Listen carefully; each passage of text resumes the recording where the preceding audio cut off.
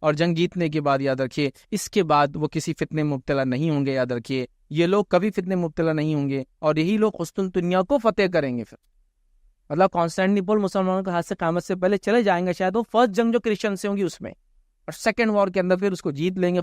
جب وہ اپنی تلواریں زیتون کے درختوں پر لٹکا کر مال غنیمت کو تقسیم کر رہے ہوں گے. اب جو اسپوائلس آف وار آتے ہیں جنگ کے بعد جو مال غنیمت بولتے جمع ہوتا ہے تقسیم کر رہے ہوں گے اور تلواریں لٹکا دیں گے، تو شیطان ان کے درمیان آ کر آواز دیں گا اور کہیں گا اے لوگو تمہارے بیچ دجال نکل چکا ہے، تمہارے گھروں میں آ چکا ہے.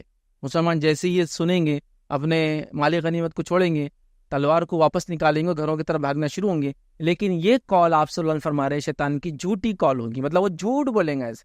تو لہٰذا آپ نے فرمایا کہ وہ گھبراہٹ کے مارے جلدی جلدی نکلیں گے فوج سے کہ گھروں کی طرف نکلو جانا ہے، اور شیطان کی خبر تو باطل ہوگی. لیکن جب وہ شام پہنچیں گے، مطلب قسطنطنیہ سے نکل کے شام تک آ رہے، ترکی پورا پار کر کے شام آئیں گے، تب تک پتہ چلیں گا دجال ظاہر ہو چکا ہے، وہ نکل چکا ہے. تو بہرحال یہ بیک گراؤنڈ تھا، جنگی خوریزی، لڑائی جھگڑا، مار پیٹ اور برائی، چونکہ لوگوں نے اپنے حالات ایسی بنا لیے، چونکہ ان کے پاس کوئی ایٹیکیٹس، کوئی مورلس، کوئی جس کو کہیں گے زندگی کے اندر کوئی اصول باقی نہ رہے. اور آج کل ہم دیکھ رہے ہیں جنگوں کی حال یہ ہے، مطلب 100 200 500 1000 لوگوں کو ایسی غلطی سے بم ڈال دو اور بولو اس کو کولیٹرل ڈیمیج، غلطی سے لگ گیا. دونوں جنگوں میں تو ایسا ہوتے رہتا ہے، تھوڑے بہت لوگ مرتے رہتے ہیں، کولیٹرل ڈیمیج کے نام پہ مارتے چلے جا رہے لوگوں کو. بہرحال تو اس طرح کا شادیوں کے آپ دیکھیں نا، جہاں جنگیں چل رہی ہے، شادی بیاہ کے فنکشن ہالوں پہ بھی انہوں نے چلا دیا تھا، دواخانوں کو بھی نہیں چھوڑا. اور کیا کرے، کول ہے غلطی سے ہو گیا، ہم کو لگا لوگ جماعتیں کچھ غلط کام کر رہے ہیں. تو بہرحال یہ وہ ہے، تو بہرحال یہ وہ اس زمانے کا یا اس سے بدترین زمانے کی بات ہو رہی ہے. اب یاد رکھیے دیگر اور تھوڑے سے واقعہ جب دجال آئیں گا تو کیا ہوں گے، وہ بھی ہم کو حدیث سے ملتے ہیں. جس میں ایک واقعہ میں آپ کے سامنے کئی ملتے ہیں، میں ایک رکھ رہا ہوں. اس میں یہ ہے کہ نبی اکرم صلی اللہ علیہ وسلم فرمایا، جس حدیث کو پڑھتا نہیں اوپر لمبی حدیث ہے، اس کا مفہوم رکھتا ہوں آپ کو، کہ اللہ کے رسول صلی اللہ علیہ وسلم فرمایا کہ دجال جب نکلیں گا تو اسے 3 years بیک، 3 سال پہلے ایسا ہوگا کہ زمین صرف 1 تہائی بارش کو روک لیں گی اور 1 تہائی زمین کی فصلیں رک جائیں گی. مطلب آسمان سے 1/3 بارش نہیں برسیں گی، جو 100% برستی تھی اب صرف 66% آئیں گی. سمجھو 1 تہائی بارش کو روک لیں گی، زمین 1 تہائی پیداوار نہیں دیں گی. اگلا سال آئیں گا تو زمین آسمان 2/3 آف واٹر روک لیں گا جو بارش برستی ہے، اور زمین سے پیداوار بھی 2/3 کم ہو جائیں گی. اور جو آخری سال ہوگا 3rd year، اس میں آسمان سے بارش 100% نہیں ہوں گی، 1 سال پورا کمپلیٹ 1 year، اور 1 سال تک فصلیں کچھ بھی نہیں آئیں گی. آپ سے فرمایا کچھ درخت جس کو اللہ چاہیں گا وہ بچ جائیں گے. مطلب بہت زیادہ سوکھا آنے والا ہے، کلائمیٹ چینج از ریئل، ٹھیک ہے، ہونے ہی والا ہے، کچھ نہ کچھ سوکھا آ جائیں گا، تبدیلی آ جائیں گی، اور 1 سال کچھ بارش نہیں، کچھ غلہ نہیں. یہ بیک گراؤنڈ ہوگا. اور نبی اکرم صلی اللہ علیہ وسلم لوگوں نے سوال کیا، اے اللہ کے رسول اس صورت میں لوگوں کا ذریعے معاش کیا ہوں گا، لوگ کمائیں گے کیا، انکم کیسی ہوگی، کیسے چلے گی اکنامی، زندہ کیسے رہیں گے لوگ آخر. جب سوال ہوا تو سنیے اللہ کے رسول صلی اللہ علیہ وسلم کیا فرمایا. آپ نے فرمایا وہ لا الہ الا اللہ، اللہ اکبر، الحمدللہ کی کثرت سے پڑھیں گے، یہی ذکر ان کی خوراک اور ان کے کام دیں گا. مطلب یہی ذکر سے وہ زندہ رہیں گے، یہی ان کی اکنامی ہونے والی. اللہ کا ذکر، اس کی فضیلت ہم کو پتہ چلتی ہے، جس کو ہم بہت اللہ رحم کرے کم کرتے ہیں. یاد رکھیے بہت کم منہ کھلتا ہے کچھ چیزیں بولنے کے لیے، بولتے رہیے اللہ کا ذکر، بڑی اہم چیز ہے، یاد رکھیے. بہرحال چلیے آئیے. اسی طرح جو ہے دجال کم نکلیں گا، بات میں نے آپ کو رکھی، لوگ ممبروں سے غافل ہو جائیں گے، خطیب اس کے بارے میں بات بھی نہیں کریں گے، تب وہ نکلنے والا. یہ بھی ایک بیک گراؤنڈ ہے. سوکھا ہوں گا، یہ بھی ایک بیک گراؤنڈ ہے. جنگیں ہوں گی، یہ بھی ایک بیک گراؤنڈ ہے. امام مہدی آئے ہوئے، یہ بھی ایک بیک گراؤنڈ ہے. یہ ساری چیزیں ہم دیکھ لیں. اب دجال نکلنے والا ہے تو دجال کی کچھ جسمانی صفت دیکھتے ہیں کیا ہے. ٹھیک ہے، دجال کی جسمانی صفت جب میں آپ کے سامنے رکھوں گا، یہ صفتیں ہم میں سے اکثر لوگوں میں پائی جاتی ہوں گی، تو ایک دوسرے کو مت دیکھو اب، ارے تیرے بارے میں، تیرے بارے میں صفتیں جو آ رہی ہے، چونکہ وہ ہیومن بینگ ہے نا. اب ایک ہیومن بینگ کو اللہ کے رسول صلی اللہ علیہ وسلم ڈسکرائب کر رہے ہیں، تو کئی چیزیں کامن ہوں گی آپ میں، مجھ میں، اس میں، اس میں. ورنہ ہوتا ہے جب بھی لیکچر آتا رہے یار دجال کے بارے میں، تو ویسے دکھ رہا تھوڑا سا، تو نہیں ہے، مطلب ایسے مت کیجیے آپ کسی کو پلیز اللہ کے لیے. لیکن وہ صفتیں ہیومن ہے نا، ایسا کوئی کہے گی کہ انسان آنے والا اس کے بال لمبے ہیں، تو کئی لوگوں کے لمبے ہیں اس کے، اب وہ پوائنٹ آؤٹ نہیں ہے. اس لیے میں کہہ رہا ہوں کہ لوگ ایک دوسرے کو دیکھنے کا اس کو ٹاپک نہ بنائے، بلکہ یہ انسان ہے تو اس کی ساری چیزیں ہوں گی. اب کتنے ڈیٹیل میں اس کو ڈسکرائب کیا گیا، اور اس کے بعد بھی لوگ کہے کہ مشین ہے، یہ ہے، وہ اسکرین ہے، فلاں ہے، امک ڈمک ہے، ٹیکنالوجی، تو کیسا ہوگا اتنے ڈیٹیل میں، اتنا کہ اس کی آنکھ، ناک، کان، پیر، جسم، بال، سینہ، ہاتھ، سب ڈسکرائب کیا گیا، کیسے دکھیں گا. تو آئیے ہم دیکھتے ہیں، پورا نہیں دیکھوں گا، جتنا میں رکھ سکتا ہوں اس لیکچر کے اندر رکھتا ہوں. دجال کی جسمانی علامت دجال کی کیا ہوں گی. پہلی چیز یہ آتا ہے، یاد رکھیں، اس کے جو ہے اس کا خط جو ہے، جس کو کہیں گے، جس کو کہتے ہیں جیسے مضبوط انسان ہوتا ہے نا، گٹھا ہوا انسان جس کو کہتے ہیں، اس طرح سے اس کا جسم حدیث میں آتا ہے. اس کی پنڈلیاں ایسی ہوں گی کہ وہ ایسے باہر کی طرف آرج بنی ہوں گی، اندر کی طرف نہیں، ایسے باہر، اور بہت زیادہ بدنما باہر ہوں گی، اتنی کہ جس کو دیکھ کے لوگ بولیں گے چال برابر نہیں ہے، زیادہ ہوتے ہیں نا آرچ پیر، بہت زیادہ گول ہو جاتے ہیں، ٹھیک ہے، تو ویسے اس کے پیر ہوں گے، اس کی پنڈلیاں خاص طور سے نچلا حصہ، گھٹنے سے نیچے جو حصہ ہوتا ہے گول ہوگا، آرچ کے جیسا بنا ہوا ہوگا، جس سے اس کی چال میں عیب رہے گا، جیسا آدمی چلتا ہے نا چال میں عیب رہتا ہے ایسے آدمی کی جب وہ چلتا ہے تو اس کی چال میں عیب ہوگا۔ اس کے بالوں کے تعلق سے نبی اکرم صلی اللہ علیہ وسلم اس کے بال جو ہے نرم اور سیدھے نہ ہوں گے، مطلب نرم بھی نہیں ہوں گے اور سیدھے بھی نہیں ہوں گے، اس کا مطلب یہ کہ وہ سیدھے بھی نہیں ہے اور پورے گھنگرالے بھی نہیں ہے، جو ہوتا ہے نا ویوز جیسے بال جن کے بنتے ہیں اس ٹائپ سے اس کے بال ہوں گے، یاد رکھیں، اور سیدھے بھی نہیں ہے، مطلب کڑک بھی ہے اور گھنگرالے ہیں لیکن پورے نہیں، اور ویوز ہے، گھنگرالے ایک دم بولے تو جو ایک دم گول ہوتے ہیں نا وہ ہوتے ہیں افریقن لوگ، ویسے بھی نہیں، ویوز کریٹ کر رہے ہیں، اس طرح کے اس کے بال ہوں گے، یاد رکھیں۔ اسی طرح جو ہے اس کے بال کے تعلق سے آتا ہے کہ اس کے گھنے بال ہوں گے، یاد رکھیں۔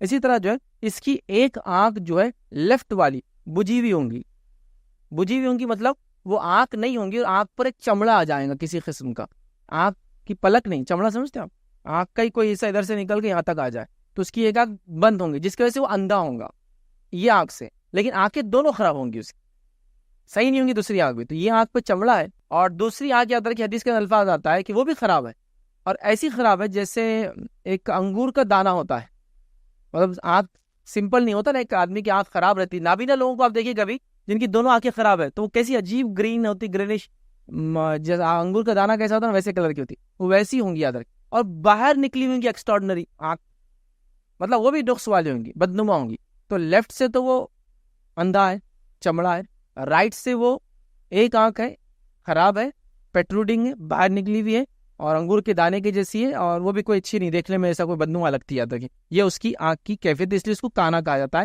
لیکن ایک آنکھ والا نہیں ہو، یاد رکھیں، آنکھیں دونوں ہیں، ایک اندھی ہے ایک خراب ہے، تو وہ لوگ کیا کرتے ہیں، کوئی بچہ ہے اس کا ایک آنکھ خراب ہے یا ایک آنکھ میں کچھ نقص ہے تو وہ شروع ہو جاتے ہیں کہ وہ دجال پیدا ہو گیا، ہوتے ہیں ایسے بچے جس کو ایب نارملٹیز بولیں گے، ایناملیز بولیں گے، بہرحال اس کو سمجھنے کی ہم کو ضرورت ہے، تو یہ اس کی آنکھ کے بارے میں ہوگا۔ اسی طرح اس کے کلر کے بارے میں ہوتا ہے، سفید رنگ والا ہوگا، کالا نہیں ہوگا، مطلب رنگ جو ہے اس کا کلر لائٹ ہوگا۔ اسی طرح جو ہے اس کی جو ہے چوڑی پیشانی ہوں گی، ٹھیک ہے، اس کی پیشانی چوڑی ہوں گی، یاد رکھیے، دونوں آنکھوں کے بیچ میں 3 الفابیٹس لکھے ہوں گے، کاف، فے اور رے، کافر۔ نبی اکرم صلی اللہ علیہ وسلم فرمایا ہر مسلمان چاہے ان پڑھ ہو چاہے پڑھا لکھا ہو، سب پڑھ لیں گے اس کو دیکھ کے، مطلب اس کو پڑھنا آتا ہو نہ آتا ہو سب پڑھ لیں گے کہ یہ کافر ہے، تو یہ الفاظ اس کے اس میں لگے ہوں گے، یاد رکھیے، اور ہر مومن اس کو اچھے سے پہچان لے گا۔ اسی طرح دجال کی ایک صفت آپ نے بتائی، وہ بے اولاد ہوں گا، لا ولد ہوں گا، اسرائیل ہوں گا، اس کو اولاد پیدا نہیں ہو سکتی، یاد رکھیں، ٹھیک ہے، تو یہ اس کی صفتیں جو حدیث کے اندر بتائی، کتنی صفتیں آپ دیکھ لیجیے،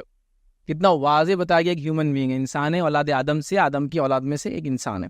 اب آئیے، اب یہ ظاہر ہوگا کہاں ہوں گا، یاد رکھیے، ٹھیک ہے، تو ظاہر کہاں ہوں گا اس کے تعلق سے یاد رکھیے، جو روایت آتی ہے وہ یہ ہے کہ دجال مشرق میں ایک ایسی جگہ خروج کرے گا جسے خراسان کہا جاتا ہے۔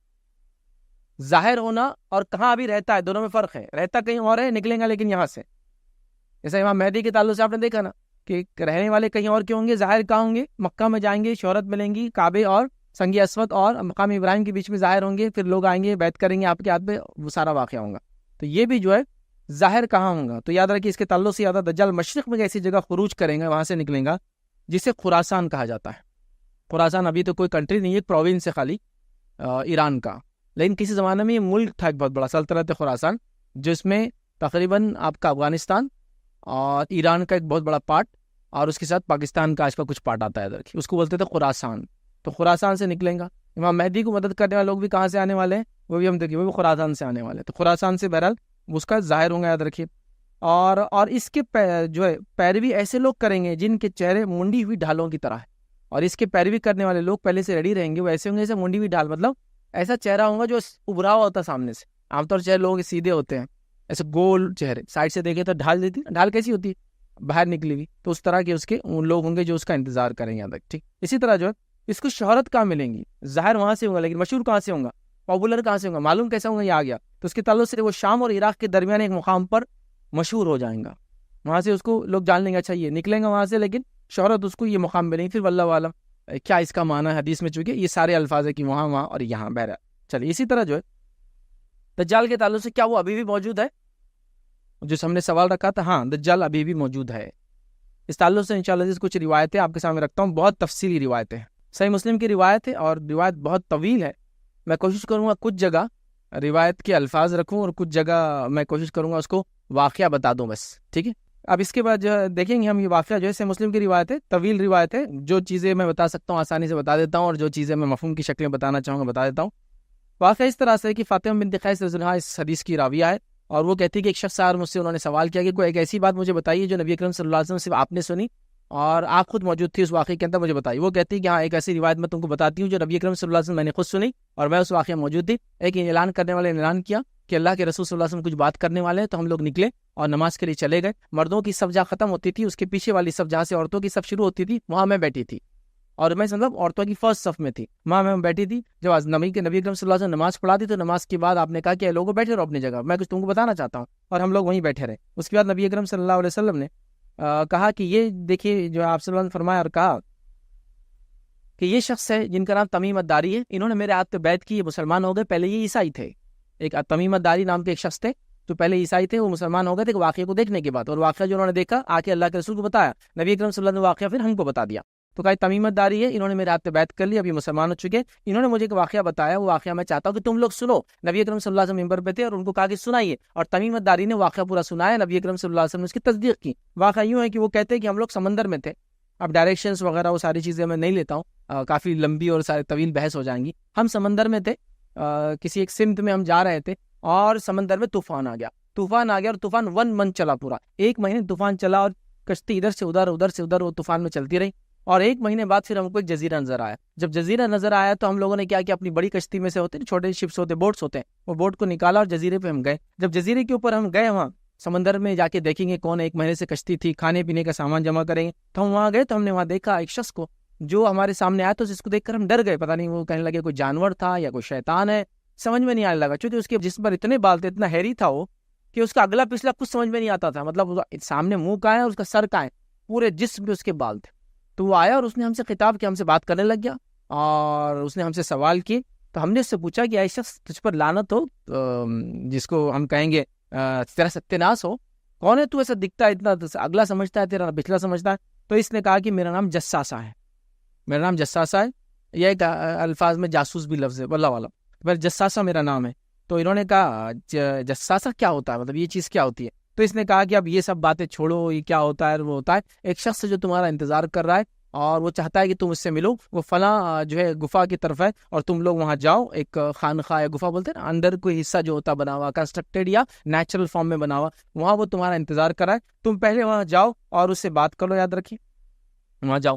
اب وہ کہتے ہیں کہ ہم نے دیکھا یار یہ شیطان ویطان تو نہیں، چلو بھاگو یہاں سے.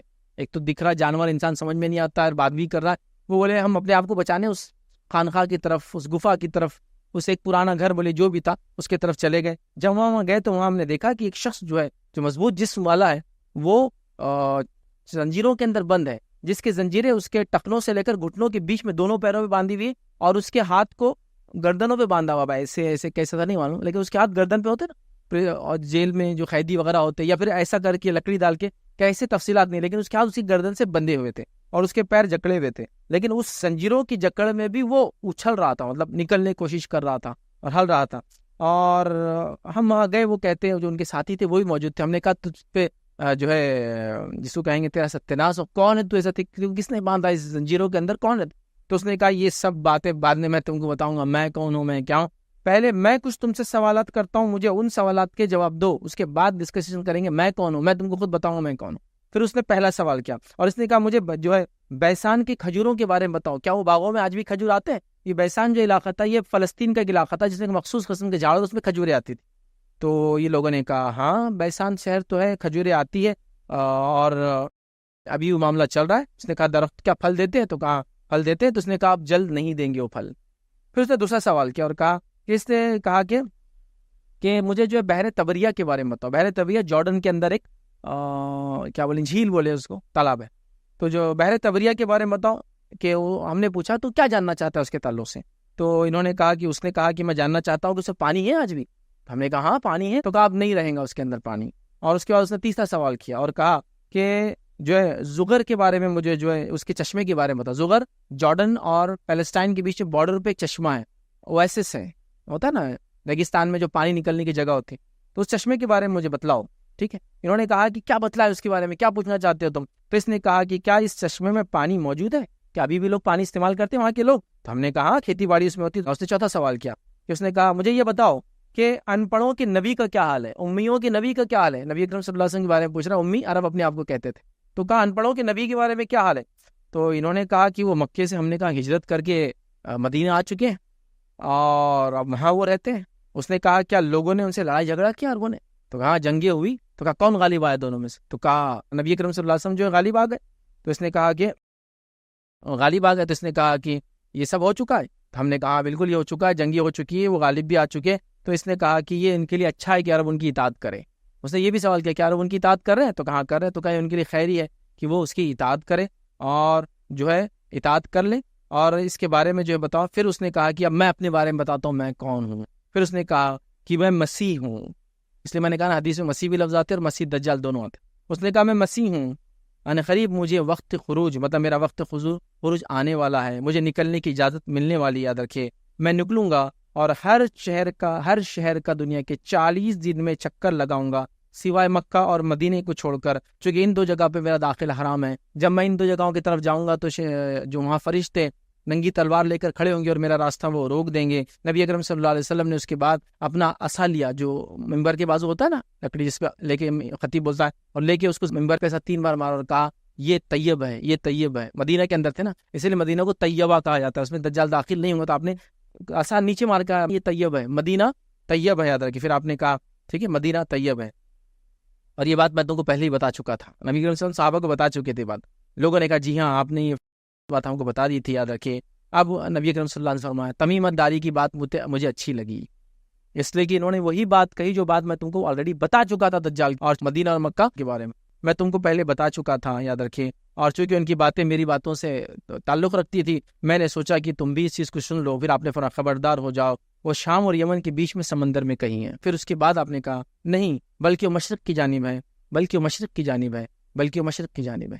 تو علماء لکھتے ہیں شاید وہ موجود وہاں ہے سمندر کے ٹاپو پہ، نکلیں گا چونکہ مشرق سے، اور مشرق میں ہم نے دیکھ لیا خراسان سے، اور شام اور عراق کے درمیان ایک مقام پر مشہور ہو جائیں گا، واللہ عالم۔ اور سب چیزیں ایسی ہے کہ وہ جب ہوں گا تبھی وہ سب چیزوں کا سیکوینس کیسی ایک کے بعد ایک کڑیاں ہوں گی پتہ چلے گا، بس ہم ایک گمان نہیں کر سکتے کیا ہوں گا، واللہ عالم۔ بہرحال لیکن آپ نے کہا کہ وہ مشرق 3 مرتبہ آپ نے کہا ایسٹ کی طرف، اور سعودی عرب سے ایسٹ کی طرف اگر ہم دیکھیں گے، یا مکہ سے ایسٹ، مدینہ کے ایسٹ دیکھیں گے، تو اس کے اندر عراق، ایران، افغانستان، پاکستان، انڈیا تک بھی ہم ایسٹ میں کاؤنٹ کر سکتے، پورا علاقہ ایسٹ کہلاتا ان کے لیے، یاد رکھیں ٹھیک۔ تو بہرحال آپ نے وہ کہا، تو اب یہ بات پتہ چل گئی تھی دجال تب تھا، آپ صلی اللہ علیہ وسلم نے بات کی تھی، اور آج بھی موجود ہے۔ اب بنیادی سوال، میں نے 10 سال پہلے، 10 نہیں 12 سال یا 13 سال پہلے 2011 میں ہم نے لیکچر کی سیریز لی تھی علامت قیامت، تب بھی کہی تھی جب ٹیکنالوجی اتنی ایڈوانس تھی 10-11 سال میں، تو سبحان اللہ ٹیکنالوجی کہاں سے کہاں چلے گی۔ اب ایک سوال آ سکتا ہے کہ گوگل ارتھ آ گیا، فلاں آ گیا، امک آ گیا، ڈھمک آ گیا، اے آئی آ گیا، یہ ہو گیا، وہ ہو گیا، دنیا میں یہ کر لیے، سمندروں کے نیچے 11 کلومیٹر تک ہم نے دیکھ لیا، آسمانوں کے اوپر ہم نے فلاں دیکھ لیا، تو ابھی کہاں ہے بھائی؟ اب چھپا ہوا کہاں ہے؟ دیکھیے یہ سب چیزیں کیا ہے معلوم آپ کو؟ غائب ہے۔ غائب سمجھتے ہیں اللہ تعالیٰ نے یہ ہماری نظروں سے اس کو اجل رکھا ہے۔ اصحاب کہف 300 سال سوئے اپنی گفا میں، کوئی دیکھ پایا؟ اللہ تعالیٰ کو ان کو سنا تھا، آپ سمجھ؟ تو یہ غائب کا معاملہ ہے، کہاں، کیسے، کیوں آپ نہیں جانتے، اللہ والا ہوں گا تو جب لوگ دیکھ لیں گے اس زمانے۔ ایمان ہے کہ ہے، اب اس میں آپ جائیں گے کیسے ہے، کیسے ہے، کیسے ہے، تو کچھ بھی نہیں ملنے والا آپ کو، اس کا کوئی نتیجہ خیز نہیں ہے اس میں معاملہ۔ جب آئیں گا ہم دیکھ لیں گے، لیکن یہ ہے اللہ تعالیٰ نے اس کو ہماری نظر چھپا رکھا ہے، ہمارا اس پر ایمان ہے کہ وہ ہے، کیسے ہے۔ اللہ تعالیٰ کئی مخلوقات ہے جو ہم دیکھ نہیں سکتے، اللہ نے ہماری نظر سے چھپا رکھا ہے، کچھ تو چاہتے بھی دیکھ نہیں سکتے، اتنے باریک فیز میں اور مائکرو آرگینزمس ہوتے ہیں، اور کچھ اتنے بڑے ہونے کے باوجود بھی آج تک دیکھ نہیں پائے۔ سمندر کے اندر کی نئی نئی چیزیں ایجاد ہو رہی، معلوم آپ کو، یہ مچھلی، وہ فلاں، وہ اتنا بڑا، کبھی جو دیکھے نہیں تھے، ساری چیزیں تو اللہ تعالیٰ بہتر جانتا ہے۔ اب کیا وہ برموڈا ٹرائنگل پہ ہے، کیا وہ فلاں آئی لینڈ میں ہے، کیا وہ انٹارکٹیکا میں ہے، کیا وہ اٹلانٹکا میں ہے، کیا وہ فلاں ہے، وہ ہم نہیں جانتے، واللہ عالم، اتنا ہی بول سکتے ہیں بس، اللہ ہی بہتر جانتا ہے وہ کہاں ہے، جب آئیں گا جب پتہ چل جائیں گا۔ بہرحال ہم کو بتا دیا کہ ہے، موجود ہے، پیدا ہو چکا ہے، بندھا ہوا ہے۔ ایک شخص نے گواہی دی، وہ دیکھ کر ایمان لائے، وہ پھر نبی اکرم صلی اللہ علیہ وسلم پہلے سے بتا چکے تھے، آپ نے کہا، آپ نے تصدیق کی کہ دیکھو میں تو بول رہا تھا یہ ساری چیزیں ہو چکی، یاد رکھیں۔ اب آئیے دجال یاد رکھیں، وہ دنیا میں کتنے دن رہیں گا اور کتنے رفتار سے چلیں گا۔ تو پہلی چیز یاد رکھیں دجال کے بارے میں جو ملتی ہے صحیح مسلم کی روایت، وہ یہ، وہ ایسے بادلوں کی طرح چلیں گا جس کے پیچھے ہوا ہوتی ہے، مطلب ایسی بارش جس کے پیچھے ہوا، جو بادل ہوتے ہیں نا جس کے پیچھے تیز ہوائیں ہوتی ہے، تو کتنے تیز چلتے ہوں اتنا تیز چلیں گا۔ آپ دیکھیں بادل آتے ہیں طوفانی، کبھی بارش کا موسم نہ بھی ہو تو آپ بولتے 100 کلومیٹر پہلے ہوئی تھی, 1 گھنٹے بعد 100 کلومیٹر بعد بارش ہوئی, 2 گھنٹے بعد 200 کلومیٹر دور اور بادل برستے ہوئے چلے گئے. ٹھیک ہے, تو وہ تیز بارش جس طرح سے چلتی ہوا کے ساتھ بادل اس طرح سے سفر کریں گا. اسی طرح وہ جو کہاں کا مطلب کیسے سفر کریں گا, کتنے دنیا میں کتنے دن رہیں گا. حدیث کے الفاظ اس طرح سے, دجال اس وقت نکلیں گا جب لوگوں میں دین کی کمی ہوں گی اور علم ختم ہو چکا ہوں گا, اور زمین میں 40 روز تک پھرے گا. ان میں سے ایک دن 1 سال کے برابر ہوں گا. 40 ڈیز رہیں گا ٹوٹل. اس کا فرسٹ ڈے 1 ایئر کے برابر رہیں گا.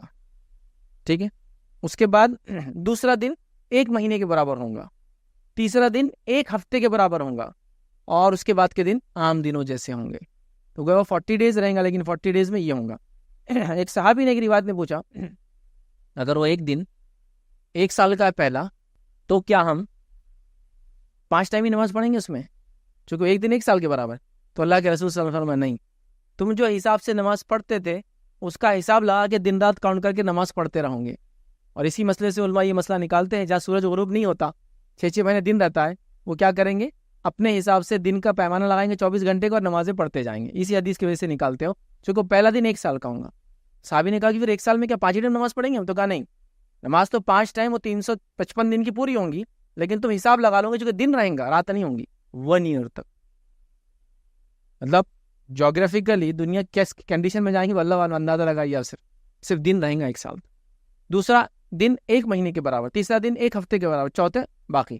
تو مطلب فرسٹ 3 ڈیز کو چھوڑ دے تو 37 ڈیز اس کی نارمل ہے, 3 ڈیز الگ ہیں. اگر ان کو آپ کیلکولیٹ کر لے تو 14 مہینے 14 دن یا 14 مہینے 15 دن وہ رہیں گا دنیا, مطلب 14.5 منتھ اپروکسیمیٹلی, کیونکہ ایک مہینے میں 29 اور کبھی 30 ہوتا ہے. تو 14 مہینے 14 دن یا 14 مہینے 15 دن, 14.5 مہینے دنیا میں رہنے والا, یاد رکھیں. اسی طرح جو ہے اس کی سواری گدھا ہوں گی, وہ گدھے پہ سفر کریں گے. آپ بولیں گے یار ہم الیکٹرانک وہیکلس اور الیکٹرک وہیکلس اور نیوکلیئر اس کی بات کر رہے ہیں, اب یہ آ کے گدھے پہ سواری کریں گے, ایسا کیوں ہوگا؟ علامت گھوڑے, گدھے, اونٹ, نیزے, بھالے, تیر, تلواروں کے الفاظ ہی آ رہے, کوئی بھی ماڈرن ٹیکنالوجی کی بات نہیں ہو رہی.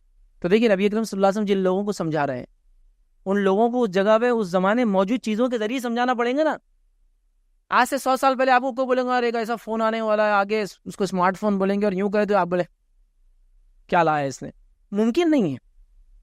اچھا ممکن بھی اگر ہے, نبی اکرم صلی اللہ علیہ وسلم جو بات کی تو اس پہ تو ہم نے ایمان لا لیا, وہ تو ہے, لیکن ممکن بھی ہے تو ایگزامپل تو وہی دینا پڑیں گے نا, سمجھانے کے لیے کیسا ہوں گا, جیسے ہی ایسا, جیسے ہی ایسا. تو میں بھی کچھ علماء لکھتے ہیں اس سے مثال دی جا رہی ہے, جیسے اگر یہ کہا جا رہا ہے کہ تیر, تو اس کا مطلب میزائل بھی ہو سکتا ہے اور کچھ بھی ہو سکتا ہے, مطلب وہ چیزیں جو چھوڑی جاتی ہے, داغی جاتی ہے, یہ سینس میں لیا جائیں گا, واللہ عالم, پھر ہم نہیں جانتے. دونوں معنی ہو سکتے ہیں. یہ بھی ہو سکتا ہے کہ دنیا اتنی ٹیکنالوجی ایجاد کر لیں گی کہ ایٹ دا اینڈ دونوں کو ہاتھا پائی کر کے فیصلہ کرنا پڑے گا جیتا کون ہارا کون. یا پھر ہو سکتا ہے اتنا اسلحہ ہوگا جس کو معنی میں لیا جا رہا ہے, جیسا تیر کا معنی ہے چھوڑے جانے والے ہتھیار, تلوار کا معنی ہے وہ ہتھیار جن سے نزدیک 1-to-1 کمبیٹ کیا جاتا ہے, واللہ عالم. بہرحال جو بھی ہے, تو اسی گدھا اس کی سواری ہوں گی, یاد رکھیے. اور یاد رکھیے وہ جو ہے دنیا کا سفر کریں گا, وہ اپنے آپ کو رب کہیں گا, اس کی پیشانی پہ کاف فیرے لکھا ہوا ہوگا, یاد رکھیے. مکہ مدینہ میں داخل نہیں ہو سکیں, اس حدیث کے اندر تمام تفسیرات موجود ہے. اسی طرح یاد رکھیے مکہ اور مدینہ کے پاس جب دجال گزریں گا تو وہاں کے لوگوں کو بھی وہ دعوت دیں گا, یہ سب پورے دنیا میں گھومنے والا, ہر شہر میں جانے والا. تو حدیث میں آتا ہے کہ وہاں اس کو داخلہ نہیں ملے گا, لیکن مدینہ میں 3 زلزلے آئیں گے, 3 زلزلے آئیں گے, اور سارے منافق, فاسق, فاجر وہاں سے نکل جائیں گے اور دجال کی فوج میں شامل ہو جائیں گے. مطلب وہ ہر شہر کا سفر کریں گا اور وہاں سے لوگوں کو جمع کر کے اپنی فوج تیار کریں گا. مکہ مدینہ میں ایسا نہیں ہوگا, تو زلزلے آئیں گے اور وہاں کے برے لوگ نکل کے اس کے پیچھے چلے جائیں گے, یاد رکھیے. ٹھیک ہے, تو مکہ مدینہ چھوڑ کر تمام شہروں پہ ایک روایت میں الفاظ ہے تسلط کریں گا, مطلب اپنا کنٹرول جما لیں گا پورے سٹیز میں دنیا کے سوائے مکہ مدینہ کو چھوڑ کر, یاد رکھیں. ٹھیک ہے, اب دجال کے فتنے کیا ہوں گے. تو دجال کے فتنے میں نبی اکرم صلی اللہ علیہ وسلم فرمایا, مسلم کی روایت ہے, اس کی آگ اصل میں جنت ہوگی اور اس کی جنت در حقیقت میں آگ ہوگی. مطلب اس کے فتنوں میں ایک فتنہ ہوگا, یہ ایک, اب عام الفاظ میں کہہ رہا ہوں, ایک ہاتھ میں جنت بتائیں گا اور ایک ہاتھ میں جہنم بتائیں گا, اتنا بڑا فتنہ ہوگا اس کو. لیکن آپ سے فرما رہے اس کی جو جہنم ہے وہ تمہارے لیے جنت ہے, اور اس کی جو جنت ہے تمہارے لیے جہنم. ایک روایت میں فرمایا اس کے ساتھ آگ اور پانی ہوگا, جو اس کی آگ ہوگا تم اس میں داخل ہو جانا, اگر وہ پکڑی لے اور آپشن دے دونوں میں سے کوئی لینے کا تو تم اس کی آگ لے لینا. جب تم اس کی آگ میں گھس جاؤ گے تو وہ ٹھنڈا پانی ہوگا اندر اس کے, مطلب وہ جو بولے گا اس کا الٹ دجال ہے نا, وہ جھوٹا ہے نا, وہ ہر چیز کو مکر و فریب کرتا ہے. تو آگ اور پانی, جنت اور جہنم بتائیں گا, آگ بتائیں گا, اس کی آگ ہمارے لیے جنت ہے یا پانی ہے, اور اس کی جنت ہمارے لیے فتنہ, یاد رکھیے, آگ ہے, یاد رکھیے. بہرحال تو یہ اس کا فتنہ ہوگا. ٹھیک ہے, اور اسی طرح جو ہے جو کوئی اس کی آگ دیکھے, آپ فرماتے اس کی طرف جائے آنکھیں بند کرے, اپنا چہرہ جھکائے اور اس آگ میں ڈال دیں, اور وہ اس کا پانی پیتا رہے, چونکہ وہ اس کے لیے ٹھنڈا پانی بن جائیں گا ایک مومن کے لیے. اسی طرح جو ہے دیگر چیزوں کے بارے میں صحیح مسلم کی روایت ہے, دجال قوم کے پاس جائیں گا, جیسا وہ الگ الگ شہر جا رہا نا, وزٹ کر رہا لوگوں کے پاس, ایک قوم کے پاس جائیں گا اور جانے کے بعد جو ہے ان کو اپنی طرف بلائیں گا, دعوت دیں گا, مجھے رب مانو بول کر دعوت دیں گا, وہ اس پر ایمان لے آئیں گے. پھر دجال آسمان کو حکم دے گا, آسمان بارش برسانا چالو کر دیں گے, زمین کو حکم دیں گا, زمین اناج اگانا شروع کر دیں گے, جانور چرنے جائیں گے اور پیٹ بھر کر, اور ان کے تھن جو ہے دودھ سے بھرے ہوئے ہوں گے, یاد رکھیے, ٹھیک ہے. اسی طرح جو ہے دجال دوسری قوم کے پاس جائیں گے اور ان کو کہیں گا مجھ پر ایمان لاؤ, میں رب ہوں. وہ کہیں گے ہم تجھے رب نہیں مانتے, اللہ نہیں مانتے. تو پھر ان کی کھیتیاں جب وہ صبح جا کے دیکھیں گے تو ساری کھیتیاں ان کی برباد ہو جائیں گی, یاد رکھیے. اور دجال جہاں سے گزریں گا وہاں زمین کو حکم دیں گا, زمین اپنے سارے خزانے نکالیں گی اور خزانے اس کی طرف دوڑ دوڑ کے آئیں گے زمین سے. خزانوں سے مراد سونا چاندی بھی ہو سکتا ہے, اور خزانوں سے مراد مختلف قسم کی چیزیں جو زمین سے نکلتی ہیں, سب دوڑ دوڑ کے اس کے پاس آئیں گے. مطلب جو قوم اس پر ایمان لائیں گی ان کے لیے وہ زمین آسمان کے دروازے کھول دیں گا ایک طرح سے, جو قوم ایمان نہیں لائیں گی ان کو فخر, فاقہ, غربت کے اندر وہ ڈال دیں گا, یاد رکھیے, ٹھیک ہے. اسی طرح جو ہے وہ مردہ کو زندہ کرنے کا بھی دعویٰ کریں گا. ایک شخص کے پاس دجال آئیں گا جو اس پر ایمان نہیں لائیں گا, لیکن وہ دیہاتی ہوں گا, اس کو علم نہیں ہوگا, اور اسے کہیں گا کیا تم اس پر ایمان لائیں گے اگر تیرے مردہ ماں باپ کو لا دوں, تیرے سے ایک بار بات کرا دوں؟ تو وہ کہیں گے ہاں, مردہ ماں باپ کو زندہ کر دو تو ہم بات کر لیں. پھر وہ دو شیطان کو بھیجیں گے, ایکچولی ماں باپ نہیں ہوں گے, اور وہ شیطان اس کے ماں باپ کی شکل میں آئیں گے اور اس کو بات کریں گے, کہیں گے ہمارے بیٹے تم دجال کی باتوں پر ایمان لاؤ, اس کو مان لو, اور وہ دیہاتی اس ایمان لا لے گا. تو اندازہ لگائی اس کے فتنے کس لیول کے, یاد رکھیے. اب جو لوگ چھوٹے موٹے فتنوں سے اپنے آپ کو بچا نہیں پا رہے, جو اطراف میں ہمارے آج کل ہے, تو دجال ایک یقیناً بہت خطرناک فتنہ ہوگا انسانیت کے, یاد رکھیں. اسی طرح اس کا ایک فتنہ یہ بھی ہوگا کہ وہ ایک نوجوان کو بلائیں گا اور اس کے تلوار سے 2 ٹکڑے کر دیں گا, لوگوں کو بتانے کے لیے میں کیا کر سکتا ہوں. اور 2 ٹکڑے کرنے کے بعد وہ اس کے بیچ میں سے چلیں گا, اور دونوں پیس اس کے الگ الگ بیچ میں سے چلیں گا, اور چل کر آگر کہیں گا میں اس کو دوبارہ اٹھاؤں گا پھر سے, لیکن اٹھانے کے بعد بھی یہ میرے پہ ایمان نہیں لائیں گا, چونکہ وہ ایک سچا پکا مسلمان ہوں گا, اس کو کتاب اور سنت کا علم ہوگا, وہ ایمان نہیں لائیں گے. پھر وہ حکم دے گا, وہ جڑ جائیں گا, جڑانے کے بعد کہیں گے اب تو یقین ہوگا تم کو موت بھی دی میں نے اور زندگی بھی اب دے رہا ہوں کہ میں رب ہوں. تو وہ کہیں گا مجھ کو اب تو دجال ہے اس سے زیادہ یقین ہوگا پہلے سے, چونکہ اللہ کے رسول نے پہلے بتا دیا تو یہ کریں گا, تو مجھے تو اب زیادہ یقین ہوگا تو یہ دجال ہے. پھر دجال حدیث میں آتا ہے اسے گردن پہ مارنے کی کوشش کریں گا, لیکن اللہ تعالیٰ اس گردن کو سیسے کی بنا دیں گا جس سے اب اس کو مار نہیں سکیں گا وہ, ٹھیک ہے. تو یہ اس کے فتنے ہوں گے. اب دیکھیے آپ, انسان کو 2 ٹکڑے کر دے رہا ہے, مرے ماں باپ کو لانے کا دعویٰ کر رہا ہے, بات کروا رہا ہے, زمین کو حکم دے رہا ہے, باری آسمان کو حکم دے رہا ہے, باری زمین کو, یہ اللہ تعالیٰ کی طرف سے دی اس کو طاقتیں جو اللہ نے انسانوں کی آزمائش کے لیے اس کو دی. یاد رکھیں. اب دجال کے پیروکار کون ہوں گے, اس کے فالوورز کون ہوں گے, وہ بھی ہم انشاءاللہ سے دیکھ لیتے ہیں. تو دجال کے تعلق سے جو بات ہم کو روایتوں کے اندر ملتی وہ یہ ہے, 5 قسم کے پیروکار ہوں گے. پورے حدیث سے نہیں رکھتا ہوں, پیروکار کون کون ہوں گے مختصر رکھ دیتا ہوں.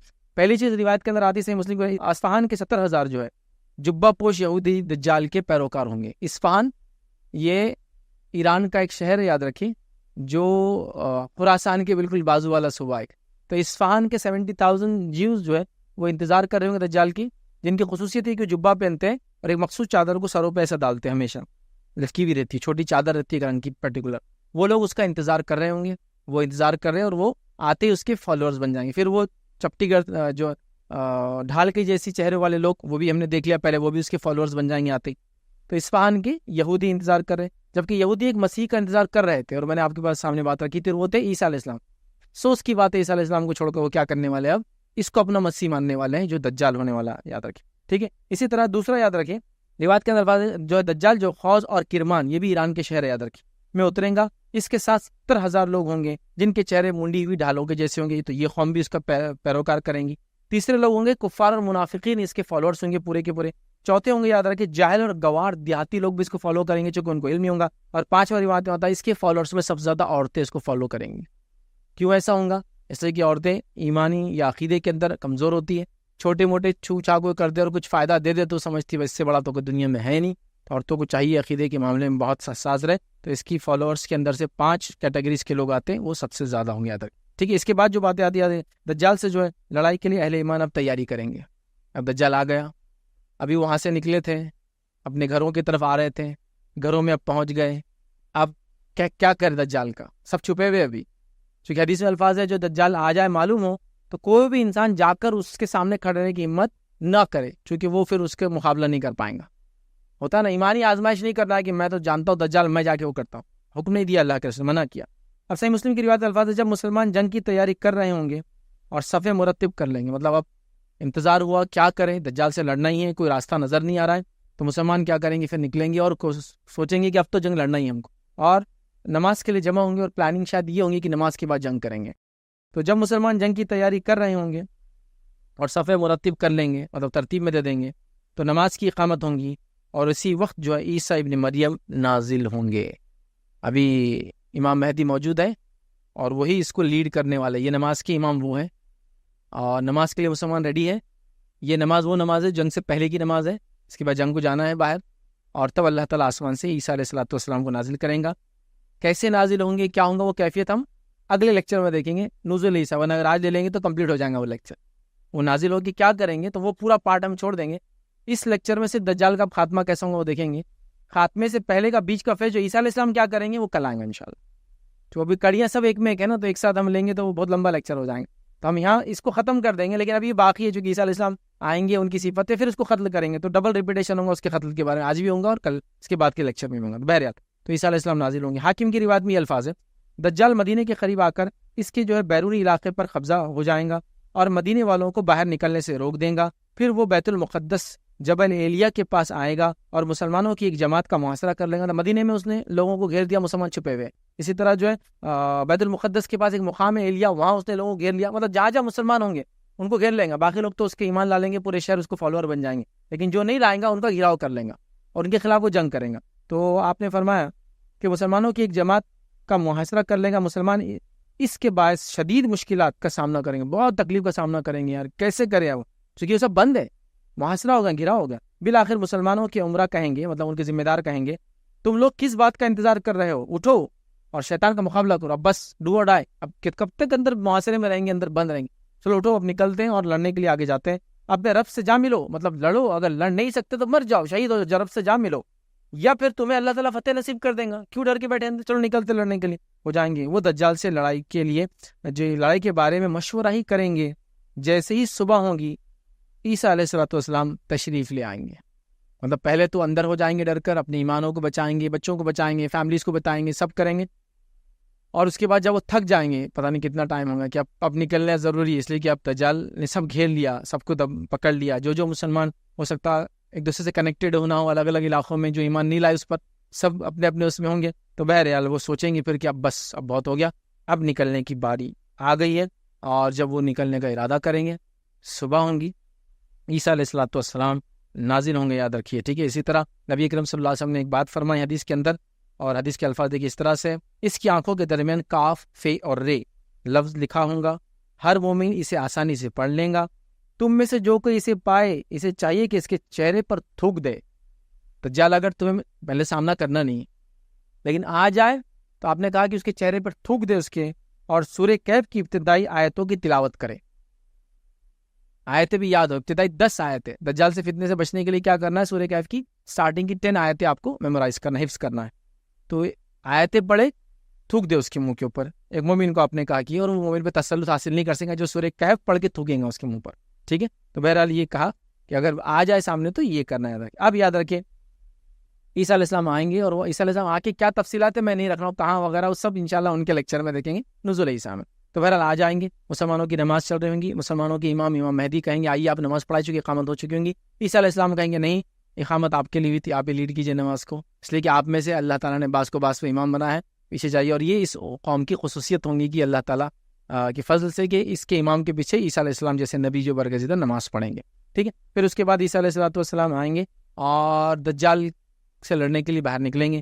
دجال جیسے ہی عیسیٰ علیہ السلام کو دیکھیں گا تو کیا ہوگا معلوم آپ کو، وہ پگھلنا شروع ہو جائیں گا، وہ محسوس کریں گا کہ وہ پگھل رہا ہے، اور حدیث میں الفاظ ایسے پگھلیں گا جیسا پانی میں نمک ڈالے تو ڈیزالو ہونا شروع ہو جاتا ہے نا، آپ کو اسٹیئر نہیں بھی ہلائے بھی نہیں تو دیکھیے آپ کو ایسا پھوٹنا چالو ہو جاتے ہیں اور مکس ہونا چالو ہو جاتا ہے پانی، وہ پگھلنے لگیں گا، تو وہ جب دیکھ لیں گا عیسیٰ علیہ السلام آ گئے اور وہ پگھل لیں تو وہ بھاگنا شروع کر دیں گے، حتیٰ کہ وہ لوگ جو اس کے پیروکار ہوں گے جہاں تک عیسیٰ علیہ السلام کی نظریں جائیں گی وہاں تک ان کو موت آنا چالو ہو جائیں گی، مطلب عیسیٰ علیہ السلام کوئی جنگ نہیں کریں گے اس سے، خالی دیکھیں گے لوگوں کو تو مرنا شروع ہو جائیں گے، یا ایک روایت میں عیسیٰ علیہ السلام منہ کی خوشبو سے مرنا شروع ہو جائیں گے لوگ جو ایمان والے نہیں ہوں گے، اور دجال پگھلنے لگیں گا تو وہ بھاگنا شروع کریں گا، اور وہ بھاگیں گا فلسطین کی طرف، بہرحال وہ جہاں بھی ہوں گا عیسیٰ علیہ السلام اتریں گے شام میں، دمشق کے شہر میں اتریں گے، ایگزیکٹلی ڈمیسکس، ٹھیک ہے، سیریا میں، بہرحال وہ شاید وہاں ہوں گا تو وہاں سے اس کے پیچھے لگیں گے، بھاگیں گے اور فلسطین بھاگ جائیں گا اور مقام لد تک پہنچ جائیں گا. پھر روایت کے اندر الفاظ ہے جب پگھلنے لگے گا تو بھاگیں گا, مقام لد تک پہنچ جائیں گا. پگھلنے کے باوجود بھی عیسیٰ علیہ السلام لوگوں سے کہیں گے تم لوگ رکو, میں اس کو ختم ہی کر کے آتا ہوں تاکہ معاملہ ختم ہو. آپ ایک برچھی یا بھالا لیں گے, لکڑی پہ جو ہے نا سامنے, مطلب تیر کا ایک بڑا فارم رہتا ہو, وہ لیں گے اور اس کے پیچھے جائیں گے اور مقام لد پر یاد رکھیے اس کو اپنے ہاتھ سے قتل کریں گے. حالانکہ ویسے پگھل رہا تھا وہ, لیکن آپ اس کو کہیں گے اب معاملہ ختم ہی کر دیتے آج ہم, اور اس کو وہاں ماریں گے اور وہاں وہ ختم ہو جائیں گے. مقام لد یاد رکھیں, یہ سٹی آف لارڈ ہے, یاد رکھیں یہ اس پیلسٹائن کے اندر, یاد رکھیں فلسطین کے اندر اسرائیل کا ملٹری بیس یہیں, یاد رکھیں لد کے مقام پر. تو مقام لد پر وہ کریں گے اور وہاں جو ہے دجال کا خاتمہ یاد رکھیں ہو جائیں گا. دجال کا خاتمہ ہونے کے بعد اس کے پیروکار ایک تو مریں گے, خوشبو سے مر جائیں گے, نظر جات تک جائیں گے, مر جائیں گے, لیکن بھاگیں گے بھی وہ دور, کیونکہ اب وہ مر رہے ہیں نا تو بھاگیں گے.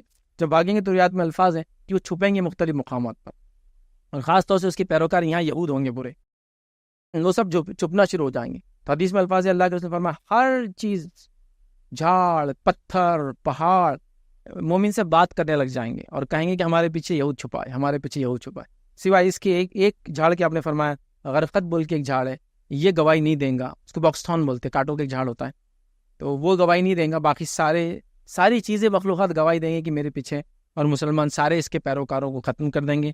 ختم کرنے کے بعد دجال بھی ختم ہو جائیں گے, اس کے پیروکار ختم ہو جائیں گے. پھر ایک امن و امان کا دور چالو ہوگا عیسیٰ علیہ السلام کے دور میں, جیسا کہ مہدی کے دور میں 7 سال تک امن و امان, مال دولت کی ریل پیل بارش وہ سب ہوں گی, عیسیٰ علیہ السلام کے بھی دور میں ہوں گی, اور یہ نیکسٹ لیول کی ہوں گی.